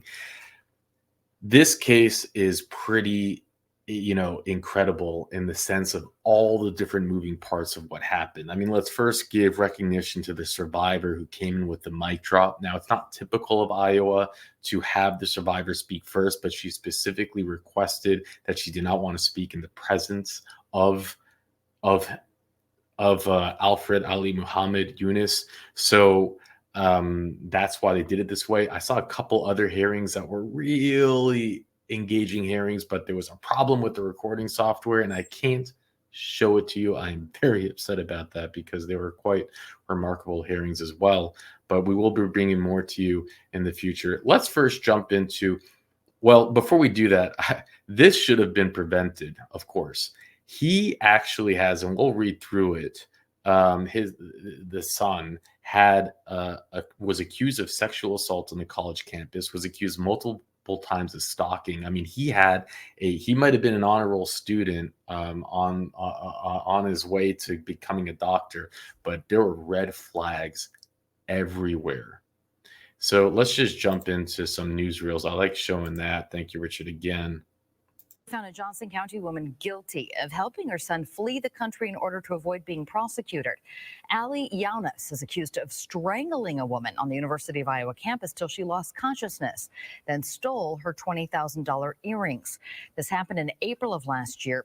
Yaunus later escaped house arrest and flew to the country of Jordan. His mother, Lima Yaunus, is accused of helping her son escape, and a jury convicted her with aiding and abetting escape from custody after helping mislead police about where her son was. Yaunus and her husband, ALFRED, sold their vehicle, rented a van, and took their son to the Chicago airport so he could leave the country. The couple also turned off their cell phones so they couldn't be tracked. She faces up to 5 years in prison and will be sentenced next month. Meanwhile, her husband, Yaunus's father, ALFRED, is also charged. He was taken into custody while trying to board a flight to Jordan in Omaha earlier this year. He is charged with escape. He has not yet entered a plea. So isn't that interesting additional context? They let him out on parole when he tried to escape. They arrested him boarding a plane to Jordan. Now, when I first saw this case without having any of the unpacking, my initial thought was, man, I mean, God forbid, all that stuff. If my son had came in and said, I didn't do anything, I'm innocent, I'm being accused of something I didn't do, help me. First they got him for robbery, and then they upped his charges for attempted homicide. My first thought was, oh my God, I'd probably run away to him. I'd save him. I'd believe him. I would do everything to protect him. But the way that this case unfolded is that it wasn't an impulse decision to help him escape. It wasn't like they didn't have time to think about it. He was first charged with the robbery, then they upped it to the homicide, but he was on house arrest. He was on house arrest for a long period of time before they orchestrated this escape. So they had time to think about it. They had attorneys. They understood Jordan's extradition treaty. They understood the risks that they were in. They were able to think about it. They had information about the case, how strong the case was, and they made a very deliberate decision to break all of the laws. So when you have that information, it makes his entire statement, in my opinion, disingenuous. When I first heard it, I just felt like I could relate to him. I felt bad for him even. I didn't. But when you have all that info, it changes things. We don't have a lot of time because of all the different hearings that we're doing today. So I'm doing kind of like a scaled down unpacking. Normally I could spend half an hour doing this, but I'll put the links in the description. And thank you again, Richard. So here's the breakdown of how his parents' involvement. So these are the actual video, the pictures of him when he first attacked the woman, choked her, and stole her jewelry. And what an idiot to not know that there are cameras everywhere in college campuses. I mean, just not a very bright guy, as you can tell. But, well, maybe I should say he is smart. He was becoming a doctor, but just not very street smart, or just couldn't control his impulsions. And we'll get into that too. Well, actually, before I do, talking about impulsions, his roommate, because I don't think I'm going to read all those details for you. So I have to keep myself. Let me first read to you about how his parents' involvement, and then I'll break down for you about all those other assault charges. So in his absence, So former University of Iowa student Allie Yaunus is still on the run after fleeing United States to avoid criminal charges for attempted homicide and first-degree robbery. In his absence, his parents are being charged with assisting his escape. Now, he was accused of tackling a woman in April 2022, choking her to unconsciousness and stealing her earrings valued at $20,000. He was charged with attempted first-degree robbery and first-degree theft. But in June 2022, the judge,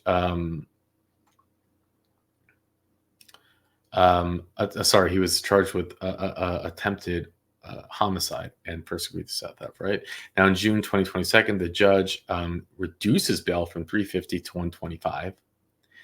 $125 and ordered him to be released with an ankle monitor under house arrest.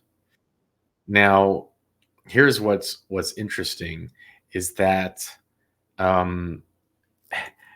They get into it later on, but they only decided to escape after the plea deal came to the table. So the plea deal that the prosecutor was offering was 35 years. So they said, if you go to trial, you'll face 60 years in prison, or we'll give you a plea for 35. And as soon as that happened, they said, we're running. So they sold their family car for $20,000. They rented a minivan. They took their also their daughter, his younger sister, um, to the airport to say goodbye to him, right? And he flew to Jordan. Now he did surrender his passport initially to the judge, but he had a Jordanian passport, which somehow the courts overlooked that. So he had a passport. Then they arrested the parents, and they arrested the father when he was trying to fly on a flight to Jordan as well. So he was trying to escape to Jordan. This is not like, the way that he kind of made it seem in this parole hearing where, it was an oversight. No, they had plenty of time to think about it. This was a deliberate, conscious decision to escape. He turned off his cell phone. She left her phone at the house. They sold a car. They rented a car. They did all of this after they heard about the plea deal. So take that for what you will. Okay, U.S. student accused of attempted homicide robbery, multiple EFT reports made before arrest. So he was reported 4 times to the University of Iowa police for stalking and harassment between 2021 and 2022 before his April arrest. So he was an escalating, I guess, maybe serial killer in the making. I don't know. But we'll get into how he thinks, what he told his roommate. His roommate filed a report as well, and his roommate filed a report after he told his roommate that he thought that all women were whores and that they were just objects to be used, and then he grabbed his roommate and made him move a refrigerator when his roommate was walking out of the room and said, I'll do it later. And that's when he filed a report. So you should know this is how he felt about women, allegedly, I guess. I don't know. According to the UI police documents, 18-year-old Ali was accused of stalking and sexual assault, sexual harassment on 4 separate occasions, all of which occurred at the residence hall, and the incident reported on January 22nd. Now, he was arrested on April 26th after reportedly strangling a woman that fell unconscious, and he stole her $20,000 earrings. Now, here's the first report of sexual assault. Take it for how you will. I know that some of you may feel different about this particular charge, but you'll see why nothing happened after this report. So one female student at the UI report reported at the UI Police Department on August 15, 2021 for allegedly being sexually assaulted in his dorm room. The DI granted the student anonymity. The student, who lived in Slater Residence Hall along with Eunice, approached her at night while she was doing laundry and asked her numerous times to go up to his room with him. She initially declined, but said that he wouldn't take no for an answer. After multiple requests, she finally agreed to go with him to his room. The student said everything began consensually, with the two of them briefly kissing. So it started consensually. She said that then he tried to escalate things. It got to the point where he kept pressuring me to have sex with him. I didn't want to. I told him no over and over again until I just couldn't say no anymore, she said. The student said she finally agreed to have sex with him. Afterward, she went back to her room and told the story to her roommate. I tell her what happened, and she's like, that doesn't sound consensual at all. And I was like, yeah, you're right. That doesn't. So she went and told the RA, who told the hall coordinator, and then the hall coordinator called the cops. Then what ended up happening is that the student chose not to pursue a police investigation against him. So you can't blame the cops. I don't think you can blame the system. They seem to actually do everything that they're supposed to do. And how you feel about this case that's, I'm sure, will have strong opinions on both sides. I'm not going to step in that. Now,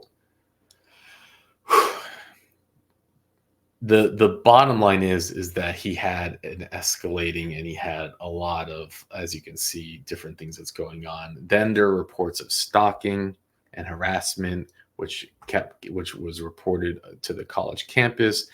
One of the harassments, actually, the college campus found favor in his side of the story, not hers, which that's kind of scary, I guess, because I mean, if you open up his record and he has all of these kind of strikes against him, you at some point might say, wait a minute.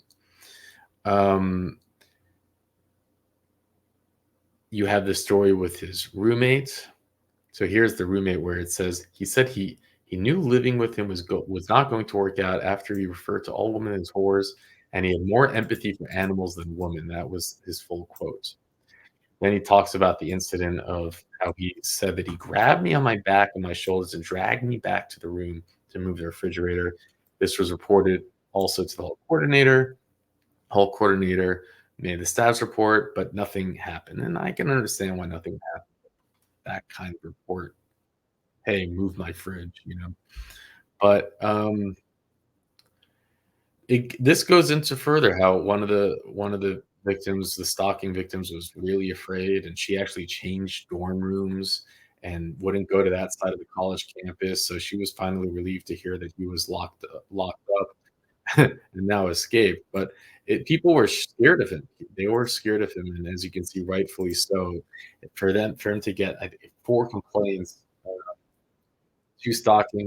At the end of that recording, my microphone started to break up, maybe a little bit in the middle, and I'm trying to get this shipped all to you today in one day. And this is a full day of recordings. It's a lot of work, teamwork with me and Richard doing this. So I'm still thinking if I should do a unique solo hearing with full unpacking for these, which I can, but you let me know in the comment section. We're going to jump now to the state of Illinois. It's our 3rd hearing that we've covered there. It was taken on the same day of the hearing that we saw with the Super Roach and also with the man who had gotten accepted into law school. It was sandwiched in between the 2 of those. This is great. We're seeing 3 different states right now, and then we're going to go see a 4th and a 5th. So hang in there. With that, let's jump in. Thank you, Mr. Chairman and members of the board. This morning, as you see on your calendar, we have Mr. Cion Rice and my interview with him, and good morning to you all. My interview with him was very focused. He's a very prepared and polite young man. And I understand, because I've seen the petition a couple of times, but he would be approximately 43 years old right now. He's 43, yes. Be 44 in September. And appears healthy and strong. Keeping in mind that in 2020, Mr. Rice did fracture parts of his face and jaw as he was working out and dropped weights of 365 pounds that fell on his face, requiring various medical treatments and surgery. And it's, can only imagine 365 pounds. His institutional, on terms of things that are going on with him there, and before we even go there, we'll go for the original offense. And this interview was conducted in March. Actually, if I'm not mistaken, Mr. Shelton was on with the interview in and out as I was interviewing the gentleman. Original offense is murder with intent to kill, injure. Mr. Rice was 17 years old at the time of the offense. His MSR is February of 2038. On June 21st, 1998, Mr. Rice and his co-defendant, his childhood friend, shot at Reggie Rupert, who is also a member of a gang, of the Gangster Disciples, who was charged by police and blamed by co-defendant for shooting co-defendant's brother to death. Mr. Rice and co-defendant knew that Mr. Rupert, to see that Mr. Rupert was out on bail as he was arrested for that shooting and was out on bail. The co-defendant was with his girlfriend at the time, Ms. Gercha, as she was known, Young. Her last name's Young. She was the victim. Mr. Rice and co-defendant fired shots and hit Mr. Rupert in the hand and the hip. Ms. Gerchon, or Gerchaton Young, was shot and died of her injuries. Ms. Young was a college student at University of Chicago, studying to be an architect. Mr. Rice and co-defendant were members of the Black Pea Stone Nation. Statements of remorse. Mr. Rice has stated in his petition, and in with my own interview, his deeply sorry for, and practically can quote it, for Miss Young's death and Mr. Rupert's injuries. Mr. Rice also stated that he feels incredible sorrow towards those victims and the families of the victim and the overall community. His criminal history includes he attempted first-degree murder at 2798 in Cook County and sentenced to 6 years with concurrent to his 37-year term. Mr. Rice, at 17 years old, was arrested in connection to a gang shooting in a park where a man was injured on his face and his leg. Mr. Rice posted bond and was released. Mr. Rice was arrested 4 months later on the concurrent holding charge. We can't get into the juvenile record. If we want to get into an exact, we can always go into exact to talk juvie. He had his institutional adjustments. Mr. Rice has been incarcerated for over 24 years, and he's utilized his time to educate himself academically. Mr. Rice's various program completions in his file, and in addition to Mr. Rice even achieving, and keeping in mind that with these type of serious crimes, he had very little programming ability to get programming in the institutions, as it was always on the bottom of the list for the level of the crime. He now has a teaching certificate that permits him to hold a class regarding financial literacy and more.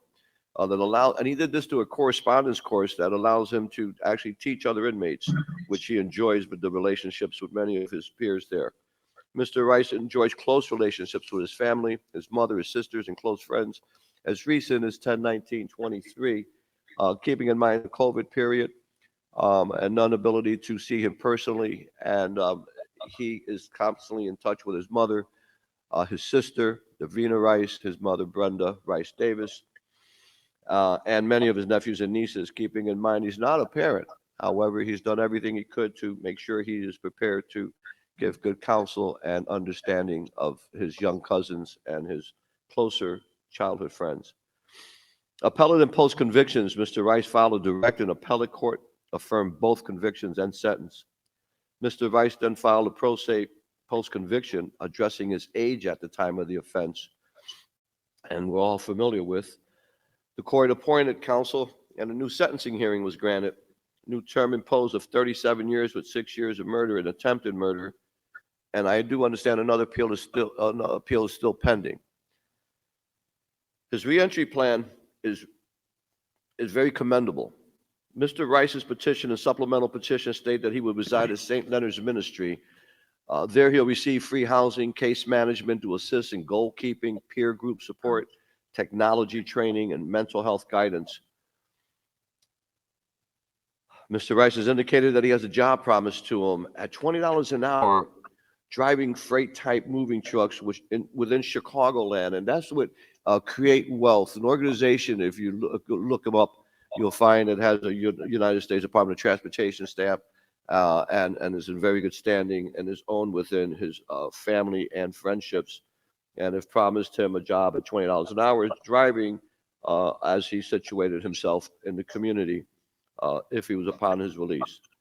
In addition, Mr. Rice has also been offered services via Precious Blood Ministries along with Iman Services, Safer Foundation, task if needed. However, there's no indication that the gentleman has been involved in any kind of drugs. His adjustments inside have been really good. So therefore, task being needed, it's available if they found to be the need. The Illinois Innocence Project plays a coordinating and resource to Mr. Rice, which would serve as a overall umbrella to helping to coordinate all of the different agencies. And most of the petition was put together as to his reentry by two established social workers within the counseling services that would be assisting him. Opposed to the release? I intelligently assume we have a state's attorney. We have letters of victims, and if they were, the state's attorney's present, I'm not sure, but if they were to make their comments. But we have letters from victims' mother, sister, cousins, and one cousin is including now, and wanted to be known for the fact, as it was on her letterhead, is the mayor of Matson, Illinois, who was a cousin to the victim, Gertrude Young. A 14-year-old nephew who has never met Miss Young, and he was pretty clear in his opposition to the release, as he would have liked to have met his relative. At that point, I would ask, Mr. Chair, if the attorneys would like to make a presentation. Okay. Does any board member have any questions for Mr. Delgado? Hearing none, we'll proceed to Mr. Rice and his attorney. Thank you. Good morning, Candace Chambliss on behalf of Mr. Rice, also joined by co-counsel Tiffany Boyd Green, as well as James Swansea here, a policy manager at Restore Justice, and virtually by many of Cion supporters and family members. There is no question that what took place on June 21st of 1998 was a horrific event that should have never happened. Cion and his co-defendant were charged with first-degree murder for the shooting death of a young woman attending the University of Illinois, and for the attempted murder of Mr. Reginald Rupert, who was shot in the hand and hip. While Cion was not the shooter, he was found guilty under the theory of accountability. Cion fully acknowledges he was present that evening and that he participated in a series of events that resulted in an innocent person losing her life. And the weight of this is something Cion will always carry. Essentially, what took place that evening 26 years ago was a drive-by shooting. It happened over a matter of seconds. The events of that evening unfolded when Cion made the decision to leave his home when he was not supposed to do so. He attended a Father's Day celebration in a nearby park, and later that evening, he knew that he should be getting back home. He asked a friend, his co-defendant, Donzel Lowe, for a ride. Donzel agreed, but he was not the driver. Another friend drove both Donzel and Cion towards Cion's home. And about a block away from Cion's house, as the car turned, Cion and Donzel saw Reginald Rupert, who was charged with the murder of Donzel's older brother. Almost immediately, Donzel fired his gun as the car drove past. And moments later, Cion jumped out of the car and ran into his house. Within an hour, he was arrested and later charged. At trial, witnesses presented varying accounts of what happened, placing Cion in the car, outside the car, as having a gun, as not having a gun. But ultimately, as stated, he was convicted under the theory of accountability for his presence and involvement. And importantly, he does take full responsibility for his participation. I will pass it to co-counsel, who has some things to say about his resentencing and what brought us to this point today. Good morning. He was originally sentenced to 50 years in prison at 100%. However, as Mr. Delgado mentioned, in accordance with changes in federal and Illinois law that recognizes young brains are different than adult brains, he was resentenced in 2021 under Miller and Buffer. At that time, Judge Joyce of Cook County sentenced Cion to a term of 37 years and recognized that under the current sentencing laws, any person sentenced for an offense committed when he was under 21 years of age automatically has eligibility for parole. And Judge Joyce stated that at that point, Cion had already served more than 20 years of incarceration, making him eligible for parole at that time. It's our understanding that Judge Joyce contemplated that Cion would come before this parole board for review and voiced no opposition to the possibility of Cion being released before he completes his full term. At that time, Judge Joyce also commended Cion on his disciplinary history and stated, Mr. Rice has comported himself in an appropriate manner while in the penitentiary for 23 years now. I don't doubt for a minute that that's a challenge. There are a lot of pressures and circumstances in the penitentiary, and the fact that Mr. Rice was able to comport himself in a non-inappropriate manner does tend to show a capacity for rehabilitation. He also stated that he believes Cion's statement of remorse for his role in this offense. Cion deeply regrets his actions that night, and he takes full responsibility for them. He's never claimed he's innocent, and he's never filed anything other than a direct appeal and then the post-conviction petition raising his, challenging his de facto life sentence based on his age. He's come such a long way in his 26 years of incarceration. And as mentioned, he's had limited access to meaningful programming and work, but he has carved a path for himself and for others. And at this point, I'm going to turn it over to Mr. Rice, who would like to address the board. Before you do, counsel, would you identify yourself and which firm you were with? Sure. My name is Tiffany Boy Green, and I am appearing pro bono on behalf of Mr. Rice. Are you? I work at the State Appellate Defender's Office. However, I'm not taking on this case in that capacity. I'm representing him on my own time. Thank you.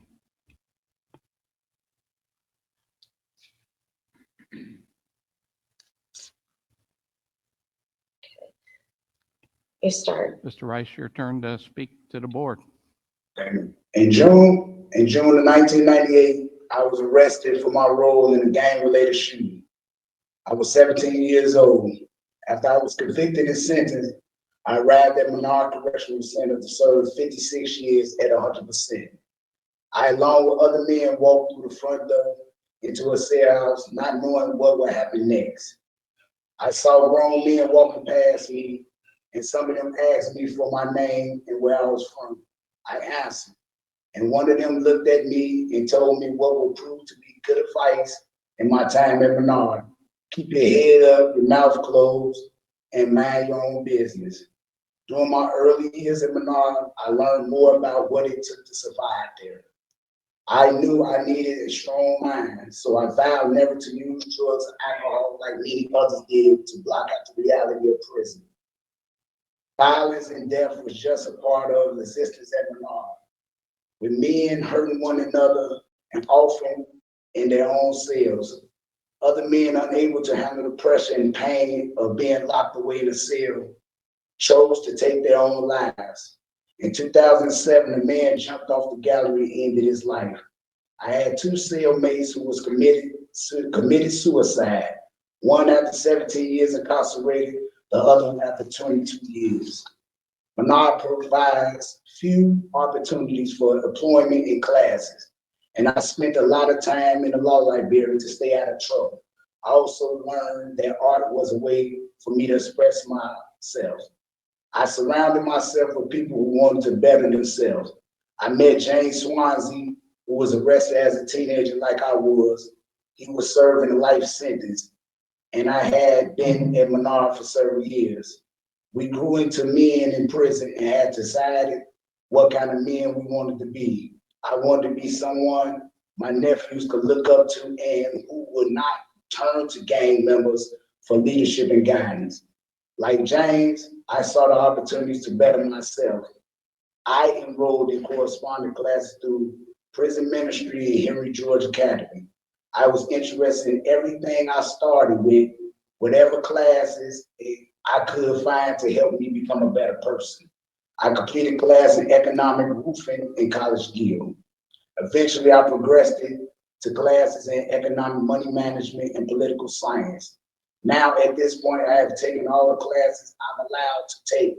So I have become an instructor for Henry George Academy. I currently teach political economics. I help not just the men in my class, but anyone taking classes with their coursework if they need it.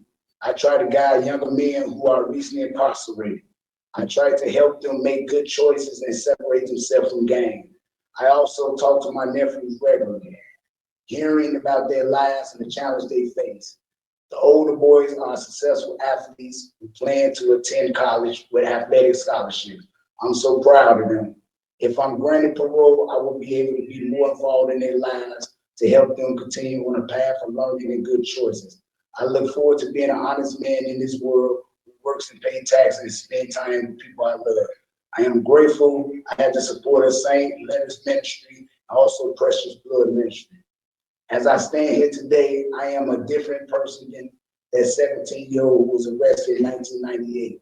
Sorry does not begin to describe what I feel about what took place that night. It was a tragedy that never should have happened, and I wish I could undo the past and give Miss Young her life back. I can give my assurance that nothing like this will ever happen again. I will do my best to be someone in the community who helps steer young men and my former self away from gang involvement. I hope to be an example for them, my nephews, that person that can change and be a positive influence in this world. Thank you. Thank you. Do you have any other witnesses you'd like to have speak? Yes, briefly, I just would like to emphasize that there is no part of Cion's reentry plan that was decided without first considering the victims in this case. Cion has been sensitive to where he should live so that his presence would never be an unwelcome reminder of loss. Ultimately, he decided that structure and training were what he needs most, which is why St. Leonard's and all that they provide present an incredible opportunity that we pray Cion will be able to take advantage of. He has repeatedly asked himself how he can atone and wants to begin first by listening. Cion, in conjunction with our representation, has had regular ongoing meetings with Tranisha Boyd, the pre-release supervisor at Precious Blood Ministries, who serves as Cion's case manager. A large component of what Precious Blood provides the community is restorative justice, and those who have committed violent acts have the opportunity to hear from those harmed by such acts and vice versa. It is likely that Ms. Young's loved ones do not want to hear from Cion, and certainly Cion would respect that. But through the programs at Precious Blood, he would participate in healing at least some of the community harm he's inflicted and serve to prevent and interrupt similar and future harm.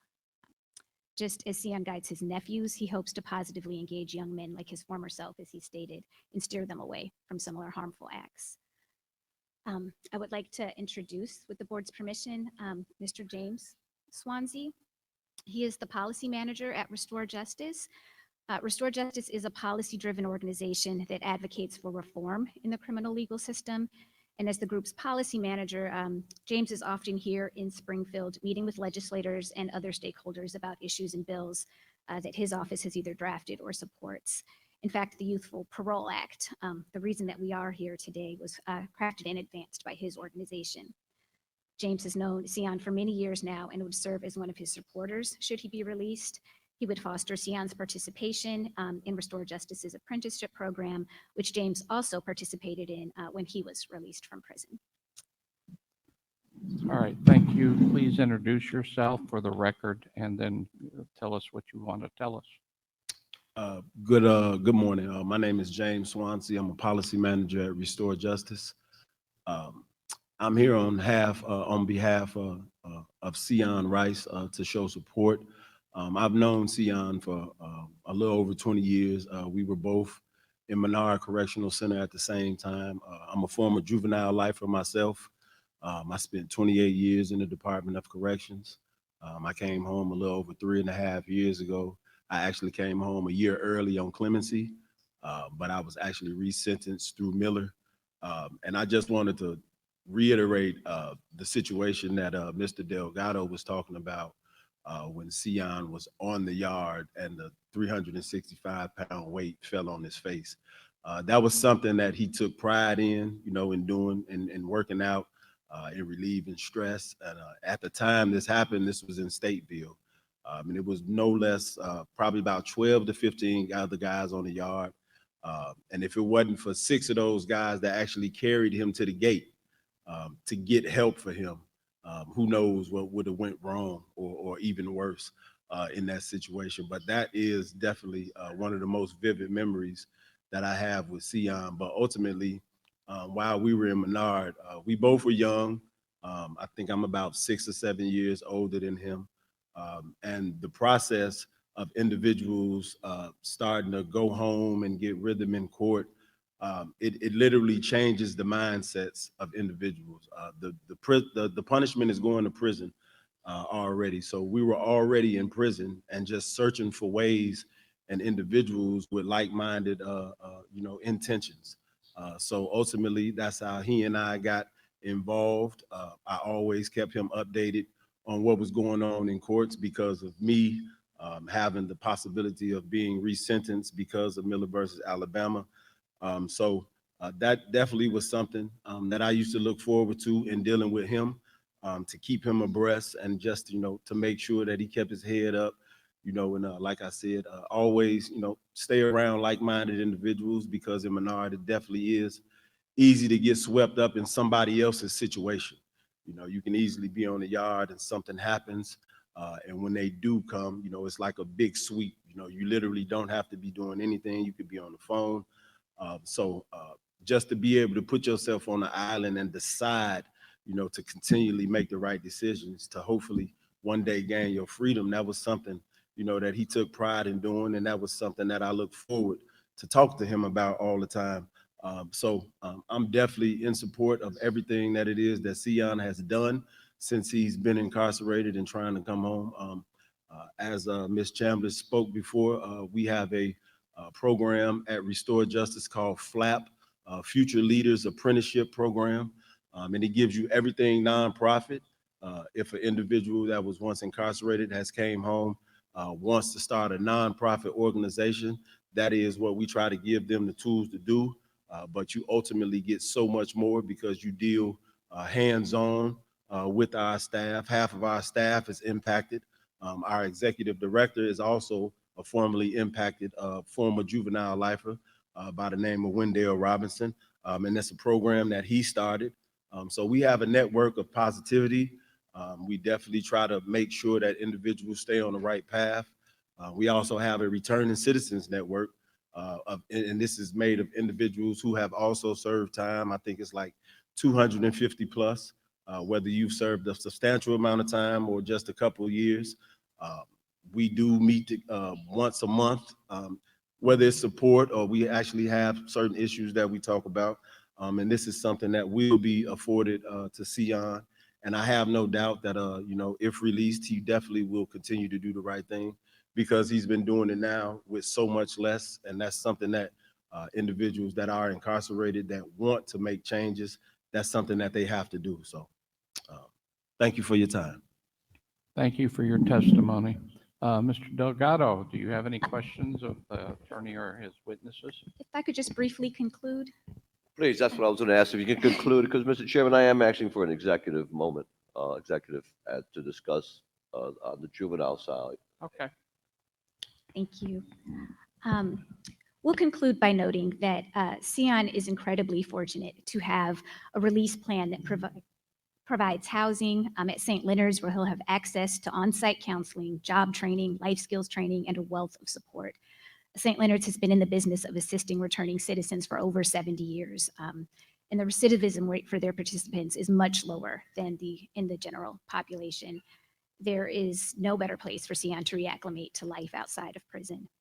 Additionally, Cion will continue to work with his case manager at Precious Blood, with whom he's met bi-weekly now for approximately 16 months. He will have access to the restorative justice approaches, group counseling, and just wonderful personalized support. Upon completing St. Leonard's job training program, he has confirmed deployment with the local truck agency. He has a large family who love him dearly, and he has a network of men like Mr. James Swansea, who are doing incredible things in their communities and who will enfold Cion into their meaningful work to support him. All of these factors, according to study after study, decrease recidivism and involvement in criminal activity and contribute to community safety. Cion is now in his 40s. He's 43. This substantially lessens the likelihood of any future involvement in the criminal legal system. And just to reemphasize that this reentry plan is in place today. There is a bed waiting for Cion and a level of support that few people manage to secure from prison. He would be subject to MSR for up to 10 years, which would put in place additional support should this board see fit. For these reasons, we respectfully request that the board grant parole and are happy to answer any questions that members may have. Thank you. Thank you. Mr. Delgado, you have a motion to go on executive session first? Yes, I do, Mr. Chairman. Second? Second. Motion's been made and seconded to go on executive session. We're going to ask all the participants and concerned citizens to leave the room. Take all your recording devices, including your cell phones, with you. We'll bring you back in, at which point the board will be open up for board to ask you questions and any other information we might need. Thank you. Bye.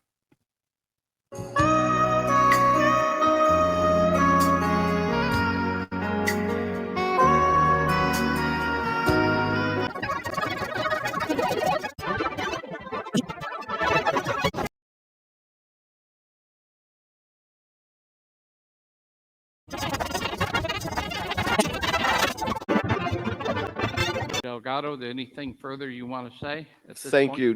No, at this point, I'm open to the questions of the members and comments before I read my rationale. Okay. Any questions for the board for either Mr. Delgado or counsel or Mr. Rice? I have. You go. Mr. Bullock. Okay, yeah, actually, I was looking for a little bit of clarity on the accountability piece.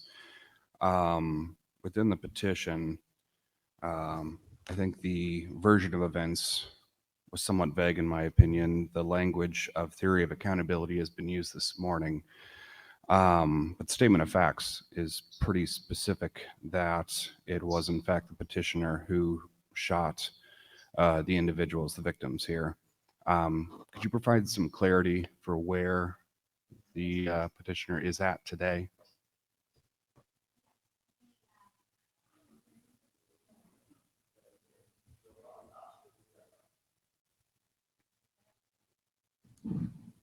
Can you hear me? Okay, thank you. Yes, so the evidence at trial did point to the co-defendant, Donzel Lowe, as the shooter in this case. Testimony did vary. There's no dispute that Cion was present that day. There were 5 witnesses questioned. 2 witnesses said they saw Cion with a gun. 1 witness thought they saw Cion shooting, but this testimony was inconsistent from what he provided to the police at the time of the incident. He originally told police he saw the Cion exit a vehicle and shoot, and then later denied having stated that. The victim in this case, Mr. Rupert, according to the state, was in the best position to view the shooter, and he was unsure as to what he saw and reported to police that he saw only Donzel Lowe as the shooter. Therefore, additionally, the physical evidence supported one shooter as well. The shells that were recovered were from a single weapon. And so the state did proceed under the theory of accountability in their closing, and in the instructions to the jury, the judge proceeded under that theory as well. Cion knows that he's legally responsible for his presence and therefore guilty of first-degree murder and attempted first-degree murder. And he does take responsibility for the tragedy. Okay, thank you. Mr. Rodas? I want a little clarity or update as it relates to the gang affiliation. You know, this was a case of gang retaliation where he was responding to the loss of his brother from the other gang. So I know you document that there is no association since 2000, right? Is that, I mean, my question is going to go to you, counsel, and he can, Mr. Rice can also chime in very briefly. Is there a concern in community for any type of retaliation, of harm towards him? I understand that if there hasn't been any activity since 2000 in institution from another gang, can you just enlighten us as to his affiliation or potential community concern? Certainly. Yes, since 2000, Mr. Rice has had no affiliation and does not consider himself a member of the gang.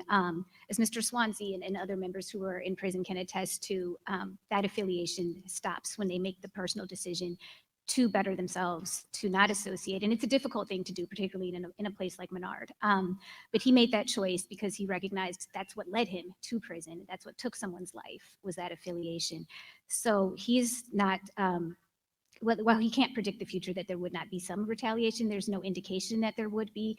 He has certainly made the decision to live in a manner that would remove him from those sorts of elements, and he wants to help prevent that. So he would be at St. Leonard's with men similar to himself, who are bettering themselves and want to contribute to their communities in a meaningful way. So I don't think that is a concern at this time for him.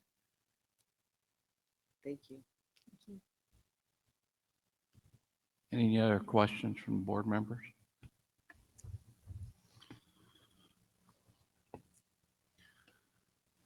I understand what you have to say about the gang affiliation, but there is institutional discipline in 2007, 2017 regarding gang affiliation. Yes, as Mr. Swansea spoke about at Menard, there are often incidents where everyone gets involved, or everyone gets ticketed, whether they were involved in an incident or not. So the 2007, he was present. He was on the yard that day. There was a sweep where there was an incident between members of gangs. Correctional officers came and literally ticketed almost everyone who was there. Mr. Robinson, who is the executive director of Restore Justice, where Mr. Swansea works, was on the yard that day. He was at the prison at the time at Menard. He knows Cion well. And he remembers that. He remembers that everyone was ticketed. He was not ticketed because he was working, but he saw that Cion was on the phone and was not involved in any way. Cion has grieved the tickets that he's been accused of gang affiliation. He has affidavits saying he was not involved, but in both instances, they were incidents of multiple people being swept up into the events that he did not personally have anything to do with. And could you give a brief update on the current status and basis of the appeal that's pending? I will let co-counsel address that. The appeal is not pending to my understanding. Correct. At the time of the petition, the appeal was pending, but that is no longer the case, and his recent sentence of 37 years was affirmed by the appellate court. There is additionally a petition for leave to appeal filed on that, but that was denied. So that appeal is no longer pending. I have no further questions. Okay, Ms. Goff. I understand about saying that we take responsibility. We have a restorative justice clinician, practitioner here, friends. What I haven't heard is how you've accepted the obligation and responsibility with regard to the harm to the victim's family and how you would move forward on repairing the harm or consideration for repairing the harm to the victim and to the community. I have not heard that. Yes, as we talked about the restorative justice relationship with Precious Blood Ministry, part of the reason he's been so close with his counselor there and talked to them is because that is something that is on his mind. And that is why he wants to be involved with speaking with victims' families, even if it is not the direct family that he impacted. He wants to try to be a positive force for other families of understanding how such harm can happen and to be a role model for others, to interrupt future violence, to work with his own family. I would like to hear it from him, please.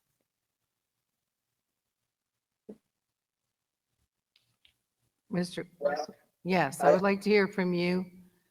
Your you said I take responsibility for the harm that I caused to the victim. I truly take responsibility for what happened that night. And I try to better myself so I could change and show everybody else how I got in that situation and stop them from leading to that situation. That's why I write to the community like Father Flake. I wrote to him about the youth in the community that's involved in the activities and give them something better than we had. We didn't have nothing to do. So that leads you to the gangs. It's something else we need to show them, then let's say stop. And you gotta show somebody else something else and dig in deeper because the kids is getting younger and younger doing stuff.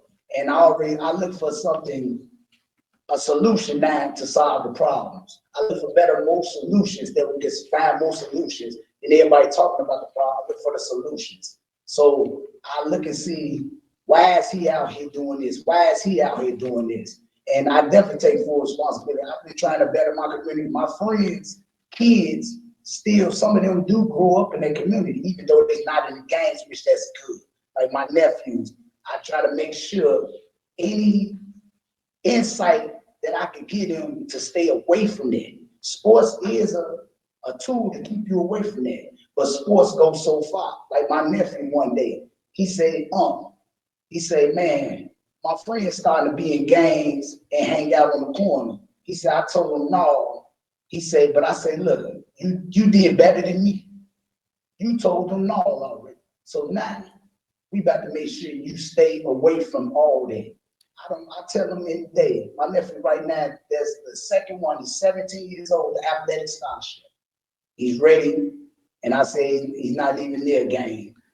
Please, what I'm wanting to hear from you, sir, is the obligation you have to the victim's family and what you've considered with regards to repairing the harm that you caused to that family. I apologize. I can't apologize. I know you can't face to face. Right, so I apologize to the victim family more than I can ever do. So that part I take. How have you done that? In what medium? In what way, sir? I apologize to the family and take part in everything I did. I apologize for everything that I did. I should have never even been in that car that night. So that right there, I apologize. I'm in the full circle. I'm trying to restore and right my wrongs. I'm trying to right my wrongs for what I did. And if I can just join in and explain, you asked in what way he apologized to the victim's family. At his resentencing hearing, he gave a very detailed and genuine statement of remorse, which Judge Joyce found to be very believable, credible, sincere.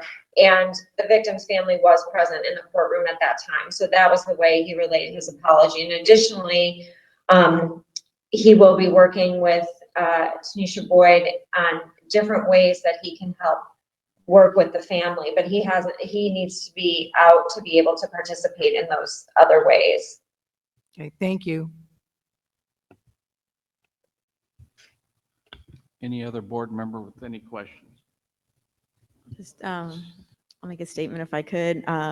Mr. Rice, I just wanted to let you know, we're clearly faced with the difficult task of weighing your reformation against the gravity of the underlying offenses, which I know in this case included 2 attempted murders as well as the homicide. And I just wanted you to know, regardless of the outcome of this hearing, that your efforts are seen and that the challenges of accessing programming within IDOC are recognized. And I understand that the real work is in how you carry yourself each day, and you do appear to be putting in that work. I just want you to be encouraged in those efforts. It was also very clear from the petition that you've been blessed with a very strong support system that loves you deeply.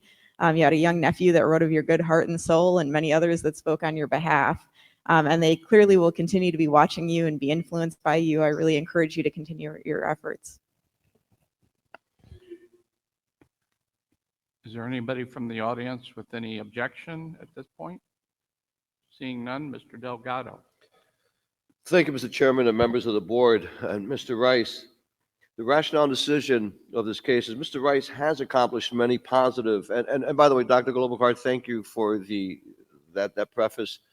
Mr. Rice has accomplished many positive programming, corresponding courses, and education credentials. Mr. Rice's reentry plan is a solid one.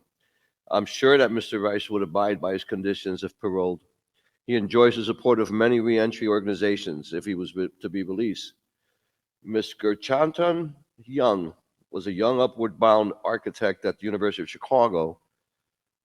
And Ms. Young, who is gone, just as I've described and echoed all of the accomplishments of the gentleman, Cion Rice, who was in this unfortunate situation that evening, I do reflect the letters and all of the victims of family members who have engaged and have contacted the board.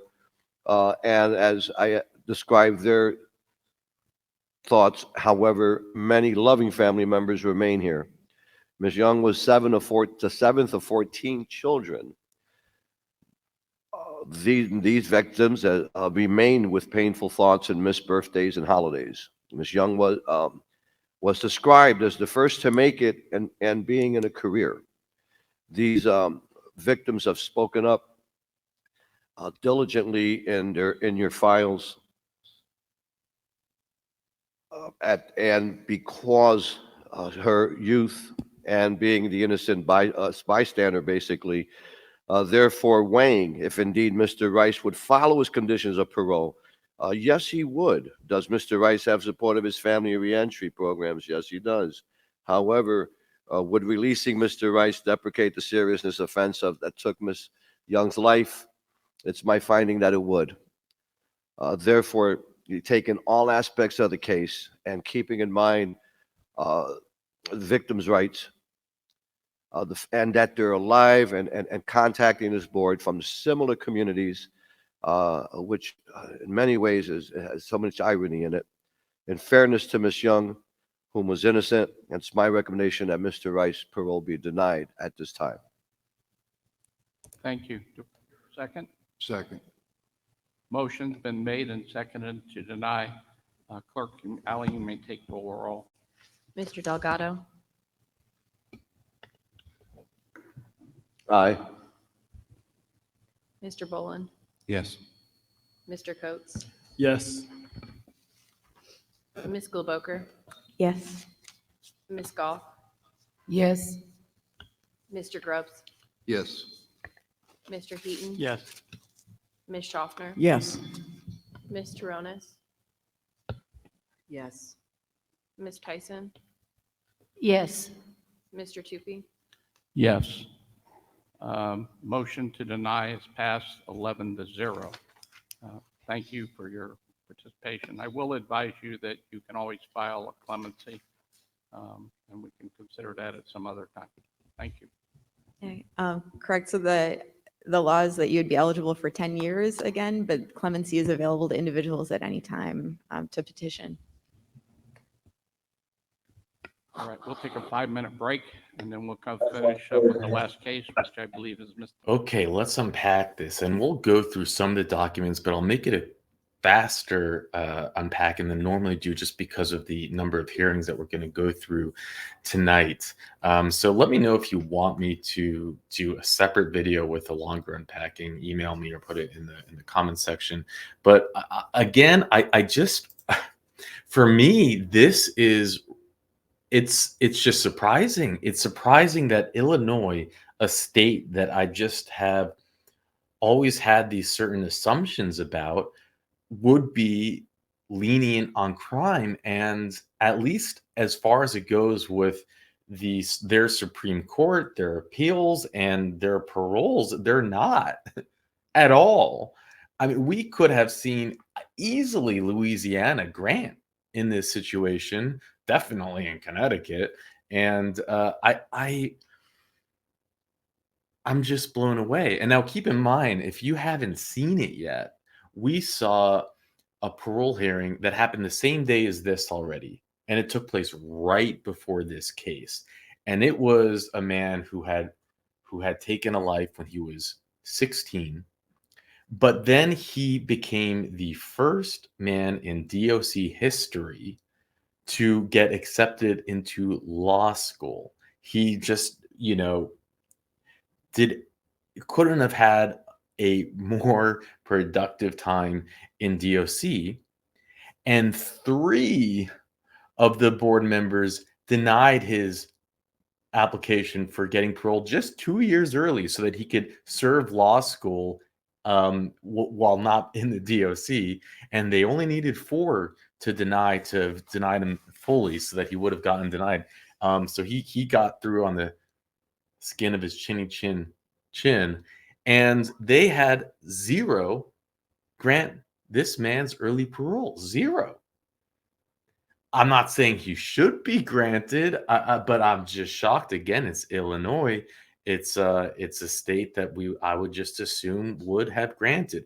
Now, if you want to take a step back and remember that, and maybe there's just differences in terms of how they handle parole and how they handle everything else, and this all ties into legislation, and there's things that are grandfathered in, and things move in weird directions when it comes to law. But he was out on bond just 4 months for attempted homicide. He had shot someone, and a judge had let him out on bond in 1999. And the man he killed had killed his or his co-defendant's brother and was also out on bond for actually killing someone. So you at the same time, you do have two people that were out on bond who had long criminal records, one for homicide, one for attempted homicide, when this occurred. And of course, if they had, maybe more common sense bond laws, none of this would have happened. So, you have both sides of justice there. And again, so I know I have to move quicker than I normally do. He's been locked up for 24 years. His parole date is 2038. His discharge date is 2041. Those can feel like life sentences for him. Also, keep in mind he's not allowed to apply for parole. It's automatically baked in for another 10 years. So they just signed 10 years onto his DOC life. Those board members, without hesitating, without exception. And in other states, you can just reapply and go for parole again. So again, another shocker or surprise by Illinois, not something you would expect. So a few things about the hearing that I'd like to point out. It's interesting that he has these attorneys doing it pro bono, but it didn't seem like he was properly prepared. Now, in their I guess in their defense, it did seem that they tried their best to avoid having their client speak, but the parole board, to their credit, insisted on hearing directly from him, and he maybe was nervous or not exactly prepared, but didn't give the response they were looking for. And there's something interesting about how the attorney's claiming that there was only one gun, there's no proof, and those are in his appeals, and it's not clear to me. But she also stated it showed that there was only one shell matched to one gun, and that's a little bit sketchy, because you can have both 9mm guns, and I saw nowhere in the appeals that they ran ballistics on the shells to match it to one specific firearm, which I don't even know if you can match shells to a specific firearm versus the round. And I have also heard that a lot of that is wacko science anyways, ballistics. I heard that. I have no idea.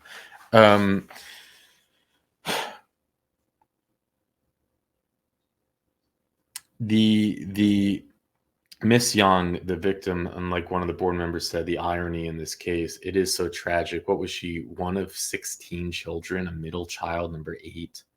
And she's the first one to go to college. She's becoming an architect, and she has to get hit in the crossfire. And that's just incredible. And again, I think we got to go back to the judges that handed out these to both of them, the one who was killed and the one who shot them, bond. I mean, that's just insane. But I digress.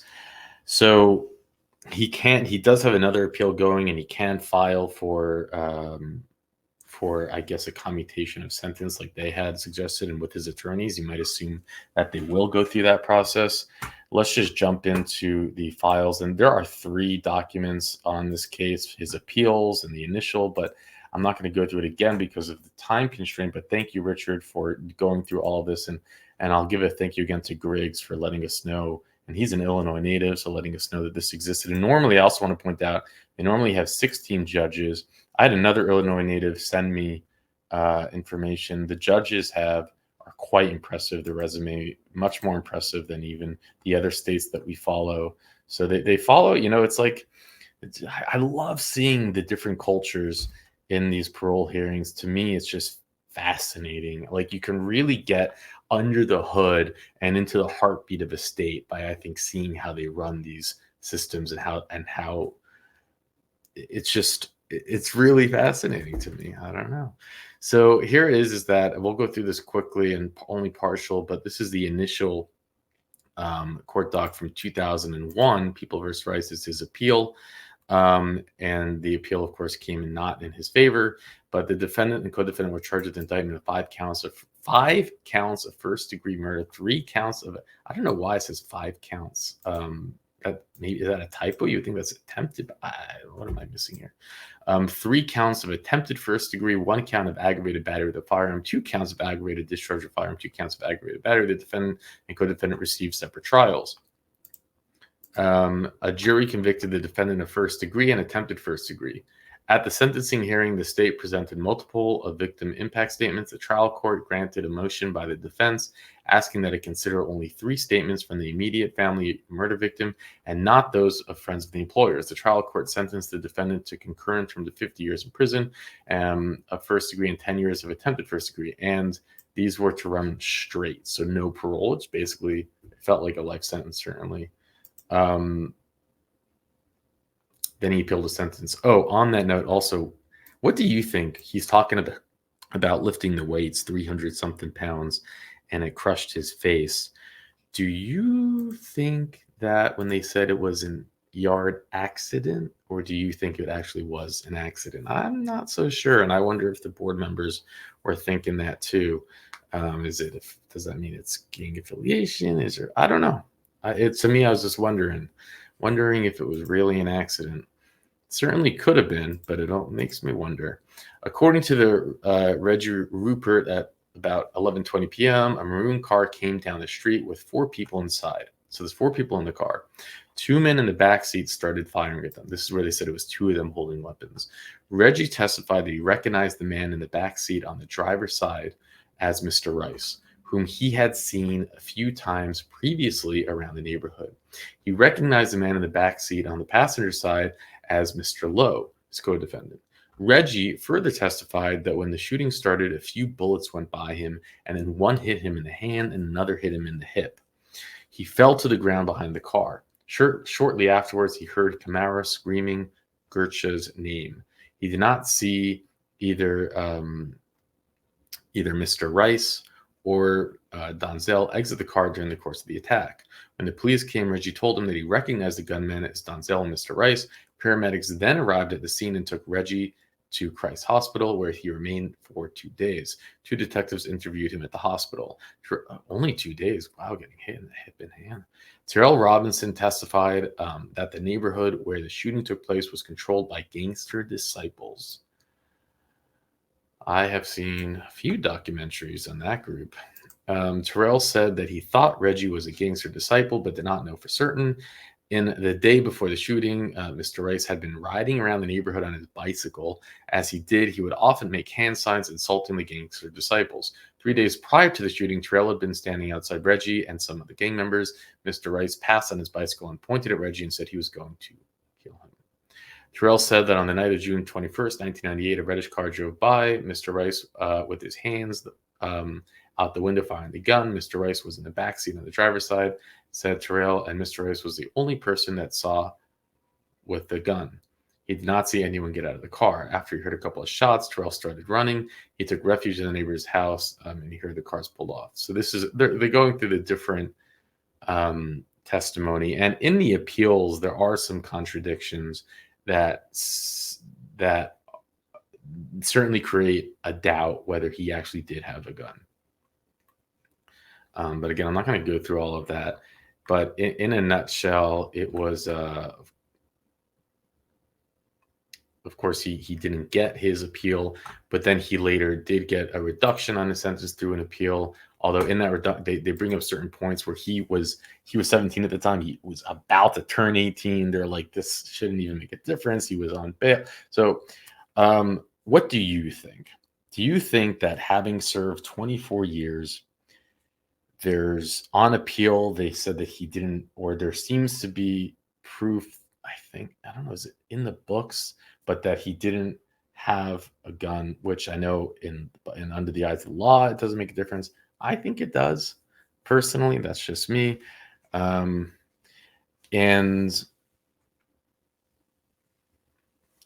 he seems to have done what he could do, what DOC would allow him to do in terms of improving himself. He does have a good exit plan. And one would think he's not going to go out and, you know, join a gang again and do those type of things. But you tell me, what do you think? It's been a long night. We saw Utah, we saw Iowa, we saw Illinois. We're not going to see Louisiana tonight, but what we will do is go through a highlight reel of Connecticut parole hearings. It's just a few more minutes, and then I'll let you go. It really puts things into perspective when you see how these other parole hearings are run, and then when you see the Connecticut ones.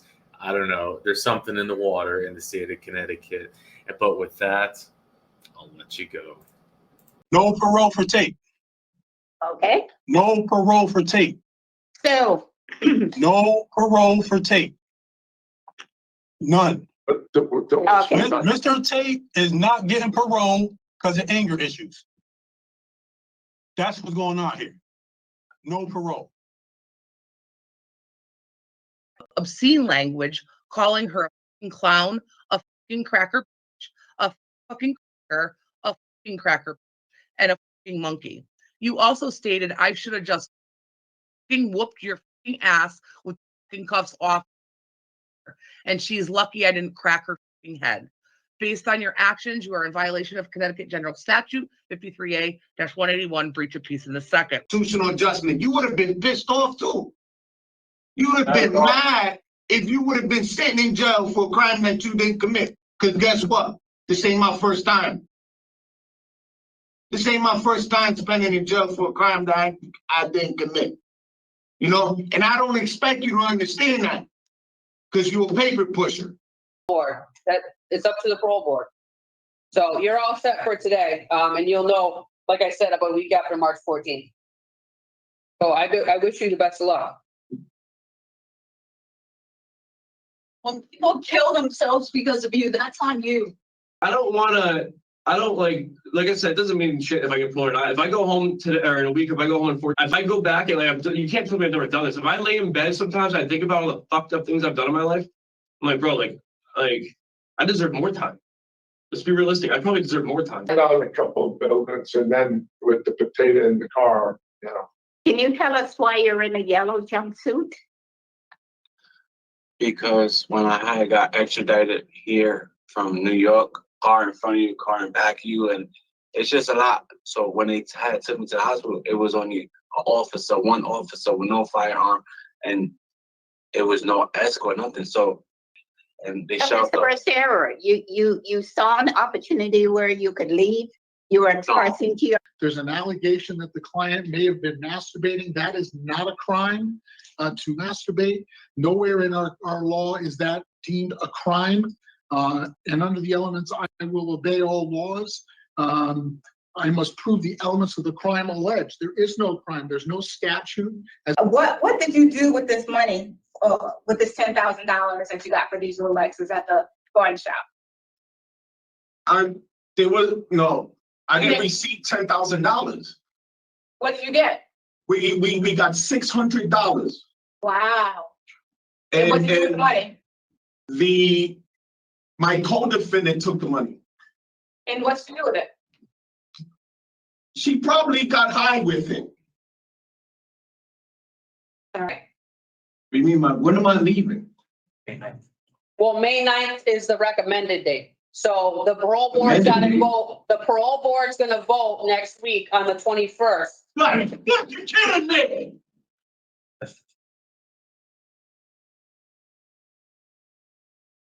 That concludes the hearing. You're all set, sir. Go fuck yourself. No parole for tape. Okay. No parole for tape. So. No parole for tape. None. Okay. Mr. Tate is not getting parole because of anger issues. That's what's going on here. No parole. Obscene language, calling her a fucking clown, a fucking cracker, a fucking cracker, a fucking cracker, and a fucking monkey. You also stated I should have just fucking whooped your fucking ass with fucking cuffs off, and she's lucky I didn't crack her fucking head. Based on your actions, you are in violation of Connecticut General Statute 53A-181, breach of peace in the second. Constitutional adjustment. You would have been pissed off too.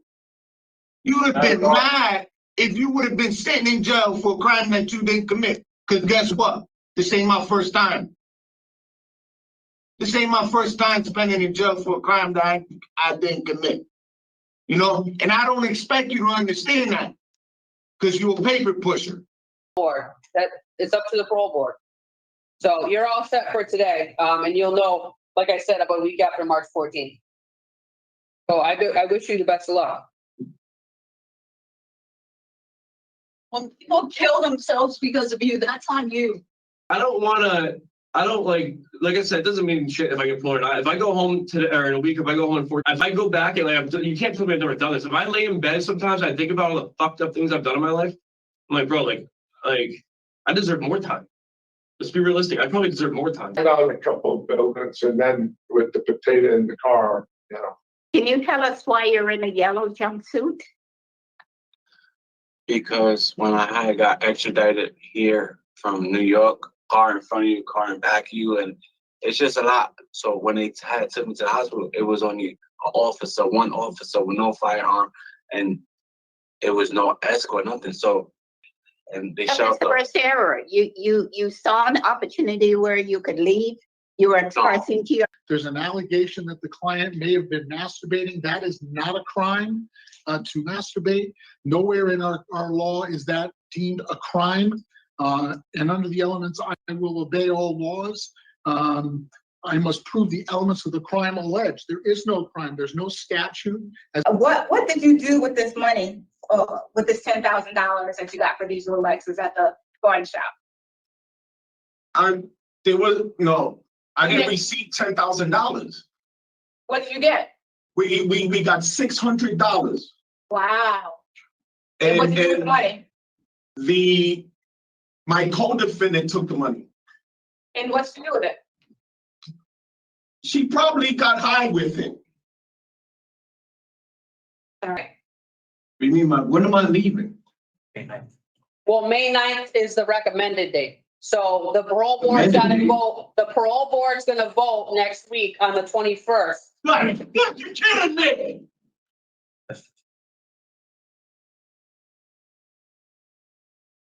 That concludes the hearing. You're all set, sir. Go fuck yourself. What's up out there, fans? Like the videos, share them, see if you can get them out there. Hopefully I'll see you guys soon on stage and we'll rock it out. Just remember, you'll be seeing a guy with a big hat, 1970 model resistol, old school. That's the way I like to roll. There again, just get in touch with me via Facebook. There again, I can't get in touch with, I can't return everybody's message, so please be patient. But it does help me. It does give me the drive to keep going and make my fans happy because that's what I want to do.